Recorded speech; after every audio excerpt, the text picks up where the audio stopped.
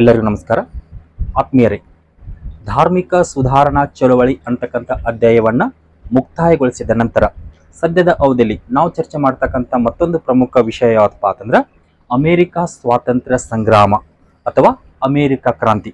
ಹೀಗಾಗಿ ಈ ಅಮೇರಿಕಾ ಸ್ವಾತಂತ್ರ್ಯ ಸಂಗ್ರಾಮ ಅಂತ ಬಂದಾಗ ಇದು ಪ್ರಪಂಚದ ಇತಿಹಾಸದಲ್ಲಿಯೇ ಅತ್ಯಂತ ಮಹತ್ವವನ್ನು ಪಡೆದುಕೊಂಡಂತ ಒಂದು ಘಟನೆ ಅಂತ ಹೇಳ್ಬೋದು. ಯಾವ್ದ್ರಿ? ಈ ಅಮೇರಿಕಾ ಸ್ವಾತಂತ್ರ್ಯ ಸಂಗ್ರಾಮ. ಕಾರಣ ಏನಪ್ಪಾ ಅಂತಂದ್ರೆ ಅಮೇರಿಕಾದಲ್ಲಿ ಕಂಡು ಬರ್ತಕ್ಕಂಥ ಇಂಗ್ಲೆಂಡಿನ ವಸಾಹತು ಜನರು ತಮ್ಮ ತಾಯ್ನಾಡಿನ ಶೋಷಣೆಗಳ ವಿರುದ್ಧ ನಡೆಸಿದಂತಹ ಒಂದು ಮುಖ್ಯ ಹೋರಾಟ ಯಾವ್ದಪ್ಪ ಅಂತಂದ್ರೆ ಈ ಅಮೇರಿಕಾ ಸ್ವಾತಂತ್ರ್ಯ ಸಂಗ್ರಾಮ ಅಂತ ಹೇಳೋದು. ಕಾರಣ ಏನಪ್ಪಾ ಅಂತಂದ್ರೆ ವಸಾಹತುಗಳಿರುವುದೇ ತಮ್ಮ ಲಾಭಕ್ಕೆಂದು ತಿಳಿದುಕೊಂಡಂತಹ ಬ್ರಿಟಿಷ್ ಸರ್ಕಾರ ಏನ್ ಮಾಡ್ತಿತ್ತಪ್ಪ ಅಂತಂದ್ರೆ ಅಮೇರಿಕಾದಲ್ಲಿನ 13 ವಸಾಹತುಗಳನ್ನ ನಿರಂತರವಾಗಿ ಶೋಷಣೆ ಮಾಡ್ಲಿಕ್ಕೆ ಆರಂಭಿಸಿದೆ. ಹೀಗಾಗಿ ಅಂತಹ ಸಂದರ್ಭದಲ್ಲಿ ಬ್ರಿಟಿಷ್ ಸರ್ಕಾರದ ಶೋಷಣೆಯಿಂದ ಎಚ್ಚೆತ್ತುಕೊಂಡಂತಹ 13 ವಸಾಹತುಗಳು ಥಾಮಸ್ ಜಾಫರ್ಸನ್ ಮತ್ತು ಜಾರ್ಜ್ ವಾಷಿಂಗ್ಟನ್ನರ ನೇತೃತ್ವದಲ್ಲಿ ಏನ್ ಮಾಡ್ತಾವಪ್ಪ ಅಂತಂದ್ರೆ ಈ ಬ್ರಿಟಿಷ್ ಸರ್ಕಾರದ ವಿರುದ್ಧ ತಮ್ಮ ಒಂದು ಹಕ್ಕು ಮತ್ತು ಸ್ವಾತಂತ್ರ್ಯವನ್ನ ಪಡೆದುಕೊಳ್ಳಲಿಕ್ಕೆ ಈ ಒಂದು ಹೋರಾಟವನ್ನ ಆರಂಭಿಸ್ತಾರೆ ಅಂತ ಹೇಳ್ಬೋದು. ಹೀಗಾಗಿ ಈ ಹಿನ್ನೆಲೆಯಲ್ಲಿ ಕಂಡು ಬರ್ತಕ್ಕಂಥ ಈ ಅಮೇರಿಕಾ ಸ್ವಾತಂತ್ರ್ಯ ಸಂಗ್ರಾಮವನ್ನ ನೋಡುವಾಗ ಅಲ್ಲಿ ಕಂಡು ಬರ್ತಕ್ಕಂಥ ಅದರ ಹಿನ್ನೆಲೆಯನ್ನ ತೆಗೆದುಕೊಂಡಾಗ ಆರಂಭದಲ್ಲಿ ಅಂದ್ರೆ 15 ಮತ್ತು 16ನೇ ಶತಮಾನದಲ್ಲಿ ಕಂಡು ಬರ್ತಕ್ಕಂಥ ಭೌಗೋಳಿಕ ಸಂಶೋಧನೆಯ ಪರಿಣಾಮದಿಂದಾಗಿ ಕ್ರಿಸ್ಟೋಫರ್ ಕೊಲಂಬಸ್ ಅಂತಕ್ಕಂಥ ವ್ಯಕ್ತಿ ಏನ್ ಮಾಡ್ತಾನಪ್ಪ ಅಂದ್ರೆ 1492ರಲ್ಲಿ ಅಮೇರಿಕಾದ ಭೂಖಂಡವನ್ನ ಶೋಧನೆ ಮಾಡ್ತಾನೆ. ಹೀಗಾಗಿ ಕೊಲಂಬಸ್ನಿಂದ ಈ ಅಮೇರಿಕಾದ ಭೂಖಂಡ ಶೋಧನೆ ಆಗಿದ್ದರಿಂದಾಗಿ ಯುರೋಪಿನ ನಾನಾ ರಾಷ್ಟ್ರಗಳು ಏನ್ ಮಾಡ್ತಾವಪ್ಪ ಅಂತಂದ್ರೆ ಯುರೋಪ್ ಅನ್ನ ತೊರೆದು ಈ ಒಂದು ಅಮೇರಿಕಾದ ಭೂಭಾಗಕ್ಕೆ ವಲಸೆ ಬರಲಿಕ್ಕೆ ಆರಂಭಿಸ್ತಾರೆ. ಮತ್ತೊಂದೆಡೆಗೆ ಯುರೋಪಿನಲ್ಲಿ ಕಂಡು ಬರ್ತಕ್ಕಂಥ ಮತ ಸುಧಾರಣಾ ಚಳುವಳಿಯಿಂದಾಗಿ ಕ್ಯಾಥೋಲಿಕ್ಕರು ಮತ್ತು ಪ್ರೊಟೆಸ್ಟೆಂಟರ ಮಧ್ಯೆ ಏನಾಗಿರ್ತಾವಪ್ಪ ಅಂದ್ರೆ ನಿರಂತರ ಸಂಘರ್ಷಗಳು ಏರ್ಪಟ್ಟಿರ್ತಾವ. ಹೀಗಾಗಿ ಆ ಸಂಘರ್ಷದ ಸಂದರ್ಭದಲ್ಲಿ ಅನೇಕ ರೀತಿಯಲ್ಲಿ ರಕ್ತಪಾತಗಳು ಉಂಟಾಗಿರ್ತಾವ. ಹೀಗೆ ಆ ರಕ್ತಪಾತದಿಂದ ಮನನೊಂದಂತಹ ಅನೇಕ ಕ್ಯಾಥೋಲಿಕ್ ಪಂಥೀಯರು ಮತ್ತು ಪ್ರೊಟೆಸ್ಟೆಂಟ್ ಪಂಥೀಯರು ಕೂಡ ಏನ್ ಮಾಡ್ತಾರಪ್ಪ ಅಂದ್ರೆ ತಾವಿರ್ತಕ್ಕಂಥ ಸ್ಥಳವನ್ನ ತೊರೆದು ಈ ಒಂದು ಅಮೇರಿಕಾದ ಭೂಭಾಗಕ್ಕೆ ಬಂದು ಹೊಸ ನೆಲೆ ಮತ್ತು ಹೊಸ ಜೀವನವನ್ನ ಕಂಡುಕೊಳ್ತಕ್ಕಂಥ ಒಂದು ಕಾತುರದಲ್ಲಿರ್ತಾರೆ. ಹೀಗಾಗಿ ಈ ಹಿನ್ನೆಲೆಯಲ್ಲಿ ಯುರೋಪಿನಿಂದ ವಲಸೆಯನ್ನ ಆರಂಭಿಸಿರತಕ್ಕಂಥ ಪ್ರಮುಖ ರಾಷ್ಟ್ರಗಳು ಯಾವಪ್ಪ ಅಂತಂದ್ರೆ ಇಂಗ್ಲೆಂಡ್ ಆಗಿರ್ಬೋದು, ಫ್ರಾನ್ಸ್ ಆಗಿರ್ಬೋದು, ಪೋರ್ಚುಗಲ್ ಆಗಿರ್ಬೋದು, ಡೆನ್ಮಾರ್ಕ್ ಆಗಿರ್ಬೋದು, ಸ್ಪೇನ್ ಆಗಿರ್ಬೋದು, ಹೀಗೆ ಇನ್ನೂ ಹಲವಾರು ರಾಷ್ಟ್ರಗಳು ಏನ್ ಮಾಡ್ತಾವಪ್ಪ ಅಂದ್ರೆ ವಲಸೆಯನ್ನು ಆರಂಭಿಸ್ತಾವ. ಹೀಗೆ ಆ ವಲಸೆಯನ್ನ ಆರಂಭಿಸಿರ್ತಕ್ಕಂಥ ಮೊದಲ ಒಂದು ತಂಡ 1620ರಲ್ಲಿ ಏನ್ ಮಾಡ್ತಪ್ಪ ಅಂದ್ರೆ ಮೇ ಫ್ಲವರ್ ಎಂಬ ಹಡಗಿನ ಮುಖೇನ ಅವರು ಯುರೋಪ್ ಅನ್ನ ತೊರೆದು ಈ ಒಂದು ಅಮೇರಿಕಾದ ಭೂಭಾಗಕ್ಕೆ ಬಂದು ನೆಲೆಸ್ತಾರೆ. ಹೀಗೆ ಆ ಒಂದು 1620ರಲ್ಲಿ ಮೇ ಫ್ಲವರ್ ಎಂಬ ಹಡಗಿನ ಮುಖೇನ ಪ್ರಯಾಣವನ್ನ ಆರಂಭಿಸಿ ಅಮೇರಿಕಾದ ಭೂಭಾಗವನ್ನ ತಲುಪಿದ ಈ ಒಂದು ಮೊದಲ ತಂಡವನ್ನ ಏನಂತ ಕರೀತಾರಪ್ಪ ಅಂದ್ರೆ ಪಿಲ್ಗ್ರಿಮ್ ಫಾದರ್ಸ್ ಅಂತ ಕರೀತಾರೆ. ಏನಂತ ಕರೀತಾರೆ? ಪಿಲ್ಗ್ರಿಮ್ ಫಾದರ್ಸ್ ಅಂತ ಕರೀತಾರೆ. ಹೀಗೆ ಈ ಪಿಲ್ಗ್ರಿಮ್ ಫಾದರ್ಸ್ ಅಂತ ಕರೆಸಿಕೊಳ್ತಕ್ಕಂಥ ಈ ಮೊದಲ ತಂಡದ ನಂತರ ತದನಂತರದ ಅವಧಿಯಲ್ಲಿ ಹಲವಾರು ರಾಷ್ಟ್ರಗಳು ಏನ್ ಮಾಡ್ತಾವಪ್ಪ ಅಂತಂದ್ರೆ ಈ ಅಮೇರಿಕಾದ ಭೂಭಾಗಕ್ಕೆ ವಲಸೆ ಬರ್ಲಿಕ್ಕೆ ಆರಂಭಿಸ್ತಾರೆ. ಹೀಗೆ ವಲಸೆ ಬಂದವರಲ್ಲಿ ಅಧಿಕ ಸಂಖ್ಯೆಯಲ್ಲಿ ಯಾರಾಗಿರ್ತಾರಪ್ಪ ಅಂದ್ರೆ ಈ ಇಂಗ್ಲೆಂಡಿನ ಜನರಾಗಿರ್ತಾರೆ. ಹೀಗೆ ಇಂಗ್ಲೆಂಡ್ ಅನ್ನ ತೊರೆದು ಈ ಅಮೇರಿಕಾದ ಭೂಭಾಗಕ್ಕೆ ಬಂದಿರತಕ್ಕಂತ ಇಂಗ್ಲೆಂಡಿನ ಜನರು ಏನ್ ಮಾಡ್ತಾರಪ್ಪ ಅಂತಂದ್ರೆ ಅಮೇರಿಕಾದ ಅಂದ್ರೆ ಅಟ್ಲಾಂಟಿಕ್ ಸಾಗರದ ಪೂರ್ವ ತೀರದ ಉದ್ದಕ್ಕೂ ಏನ್ ಮಾಡ್ತಾರಪ್ಪ ಅಂತಂದ್ರೆ ತಮ್ಮ 13 ವಸಾಹತುಗಳನ್ನ ಸ್ಥಾಪನೆ ಮಾಡಿಕೊಳ್ಳುವ ಮುಖೇನ ಅಲ್ಲಿಯೇ ನೆಲೆಸಲಿಕ್ಕೆ ಆರಂಭಿಸ್ತಾರೆ. ಹೀಗಾಗಿ ಇಂಗ್ಲೆಂಡಿನಿಂದ ಬಂದಂತಹ ಜನರು ಎಲ್ಲಿ ನೆಲೆಸ್ತಾರಪ್ಪ ಅಂದ್ರೆ ಅಟ್ಲಾಂಟಿಕ್ ಸಾಗರದ ಪೂರ್ವ ತೀರದ ಉದ್ದಕ್ಕೂ ಎಷ್ಟು ವಸಾಹತುಗಳನ್ನ ಸ್ಥಾಪನೆ ಮಾಡಿಕೊಳ್ತಾರ್ರಿ? 13 ವಸಾಹತುಗಳನ್ನ ಸ್ಥಾಪನೆ ಮಾಡಿಕೊಂಡು ಅಲ್ಲಿಯೇ ನೆಲೆಸಲಿಕ್ಕೆ ಆರಂಭಿಸ್ತಾರೆ. ಹಾಗಾದ್ರೆ ಅಲ್ಲಿ ಅವರಿಂದ ಸ್ಥಾಪನೆಗೊಂಡಂತ ಆ 13 ವಸಾಹತುಗಳು ಯಾವಪ್ಪ ಅಂತಂದ್ರೆ ಮೊದಲ ಒಂದು ವಸಾಹತು ಅಂತ ಬಂದಾಗ ನ್ಯೂಯಾರ್ಕ್, ಎರಡನೇದು ನ್ಯೂ ಹ್ಯಾಂಪ್ಶೈರ್, ಮೂರನೇದು ಕನೆಕ್ಟಿಕಟ್, ನಾಲ್ಕನೇದು ಮೆಸಾಚುಸೆಟ್ಸ್, ಐದನೇದು road island, 6 new Jersey, 7 Maryland, 8 Virginia, 9 ಉತ್ತರ ಕೆರೋಲಿನ್, 10 ದಕ್ಷಿಣ ಕೆರೋಲಿನ್, 11 ಡೆಲವೇರ್, 12 ಪೆನ್ಸಿಲ್ವೇನಿಯಾ, 13 ಜಾರ್ಜಿಯಾ. ಹೀಗೆ ಈ 13 ವಸಾಹತುಗಳನ್ನು ಸ್ಥಾಪನೆ ಮಾಡಿಕೊಂಡು ನೆಲೆಸಲಿಕ್ಕೆ ಆರಂಭಿಸ್ತಾರೆ. ನಂತರ ಫ್ರಾನ್ಸಿನಿಂದ ಬಂದಂತಹ ಜನರು ಏನ್ ಮಾಡ್ತಾರಪ್ಪ ಅಂದ್ರೆ ಕೆನಡಾದಲ್ಲಿ ತಮ್ಮ ಒಂದು ವಸಾಹತುಗಳನ್ನು ಸ್ಥಾಪನೆ ಮಾಡಿಕೊಳ್ತಾರೋ.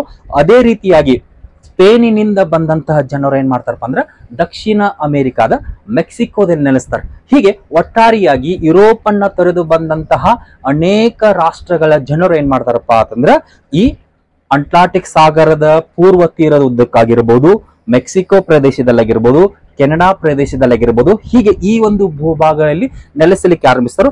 ಇನ್ನು ಈ ಮುಂಚೆ ಈ ಭಾಗಕ್ಕೆ ವಲಸೆ ಬರೋಕ್ಕಿಂತ ಮುಂಚೆ ಈ ಅಮೆರಿಕಾದ ಭೂಭಾಗದಲ್ಲಿ ನೆಲೆಸಿರ್ತಕ್ಕಂಥ ಜನರು ಯಾರಾಗಿರ್ತಾರಪ್ಪ ಅಂದ್ರೆ ರೆಡ್ ಇಂಡಿಯನ್ನರ್ ಆಗಿರ್ತಾರೆ. ಹೀಗಾಗಿ ಅಮೆರಿಕಾದ ಮೂಲ ನಿವಾಸಿಗಳು ರೆಡ್ ಇಂಡಿಯನ್ನರ್ ಆಗಿರ್ತಾರೆ. ಆ ರೆಡ್ ಇಂಡಿಯನ್ನರ ಜೊತೆ ಸೇರಿರ್ತಕ್ಕಂಥ ಜನರು ಯಾರಪ್ಪ ಅಂತಂದ್ರೆ ಈ ಯುರೋಪಿನ ರಾಷ್ಟ್ರ ಅಂತ ಹೇಳ್ಬೋದು. ಹೀಗೆ ಈ ಯುರೋಪಿನಿಂದ ವಲಸೆಯನ್ನ ಆರಂಭಿಸುವ ಮುಖೇನ ಈ ಅಮೆರಿಕಾದ ಭೂಭಾಗಕ್ಕೆ ಬಂದಿರತಕ್ಕಂತ ಈ 13 ವಸಾಹತುಗಳ ಮೇಲೆ ಕಾಲಾಂತರದಲ್ಲಿ ಈ ಬ್ರಿಟಿಷ್ ಸರ್ಕಾರ ಏನ್ ಮಾಡದಪ್ಪ ಅಂತಂದ್ರೆ ಹಲವಾರು ರೀತಿಯಾದಂತ ಅಧಿಕ ತೆರಿಗೆಯನ್ನ ಹೇರುವ ಮುಖೇನ ಅವರನ್ನ ಶೋಷಣೆ ಮಾಡ್ಲಿಕ್ಕೆ ಆರಂಭಿಸ. ಕಾರಣ ಏನಪ್ಪಾ ಅಂದ್ರ ವಸಾಹತುಗಳಿರುವುದೇ ತಮ್ಮ ಲಾಭಕ್ಕೆಂದು ಈ ಒಂದು ಬ್ರಿಟಿಷ್ ಸರ್ಕಾರ ಭಾವಿಸಿರ್ತದೆ. ಹೀಗೆ ಈ ವಸಾಹತುಗಳನ್ನ ತಮ್ಮ ಲಾಭಕ್ಕೆಂದು ಭಾವಿಸಿರ್ತಕ್ಕಂಥ ಬ್ರಿಟಿಷ್ ಸರ್ಕಾರ ನಿರಂತರವಾಗಿ ಈ ಒಂದು ವಸಾಹತುಗಾರರನ್ನ ಶೋಷಿಸಲಿಕ್ಕೆ ಆರಂಭಿಸಿದಾಗ ಬ್ರಿಟಿಷ್ ಸರ್ಕಾರದ ಶೋಷಣೆಯಿಂದ ಎಚ್ಚೆತ್ತುಕೊಂಡಂತಹ ವಸಾಹತುಗಾರರು ಏನ್ ಮಾಡ್ತಾರಪ್ಪ ಅಂದ್ರೆ ತಮ್ಮ ತಾಯ್ನಾಡಿನ ಮೇಲಿನ ಒಂದು ಗೌರವ ಭಾವನೆಯನ್ನ ಕಳೆದುಕೊಂಡು ತಾವು ಕಳೆದುಕೊಂಡಂತಹ ಹಕ್ಕು ಮತ್ತು ಸ್ವಾತಂತ್ರ್ಯಗಳನ್ನ ಪಡೆದುಕೊಳ್ಳುವ ಸಲುವಾಗಿ 1775ರಿಂದ 1783ರ ಅವಧಿಯಲ್ಲಿ ಬ್ರಿಟಿಷ್ ಸರ್ಕಾರದ ವಿರುದ್ಧ ಒಂದು ಹೋರಾಟವನ್ನು ಆರಂಭಿಸ್ತಾರೆ. ಆ ಒಂದು ಹೋರಾಟವೇ ಯಾವಪ್ಪ ಅಂದ್ರೆ ಈ ಅಮೆರಿಕ ಸ್ವಾತಂತ್ರ್ಯ ಸಂಗ್ರಾಮ ಅಥವಾ ಅಮೆರಿಕ ಕ್ರಾಂತಿ ಅಂತ ಹೇಳ್ಬೋದು. ಹೀಗೆ ಈ ಒಂದು ಪ್ರಮುಖ ಹಿನ್ನೆಲೆಯಲ್ಲಿ ಕಂಡು ಬರತಕ್ಕಂತ ಈ ಅಮೆರಿಕ ಸ್ವಾತಂತ್ರ್ಯ ಸಂಗ್ರಾಮ ಗತಿಸಿರ್ತಕ್ಕಂತ ಅದರ ಒಂದು ಅವಧಿಯನ್ನ ತೆಗೆದುಕೊಂಡಾಗ ಇದು 1775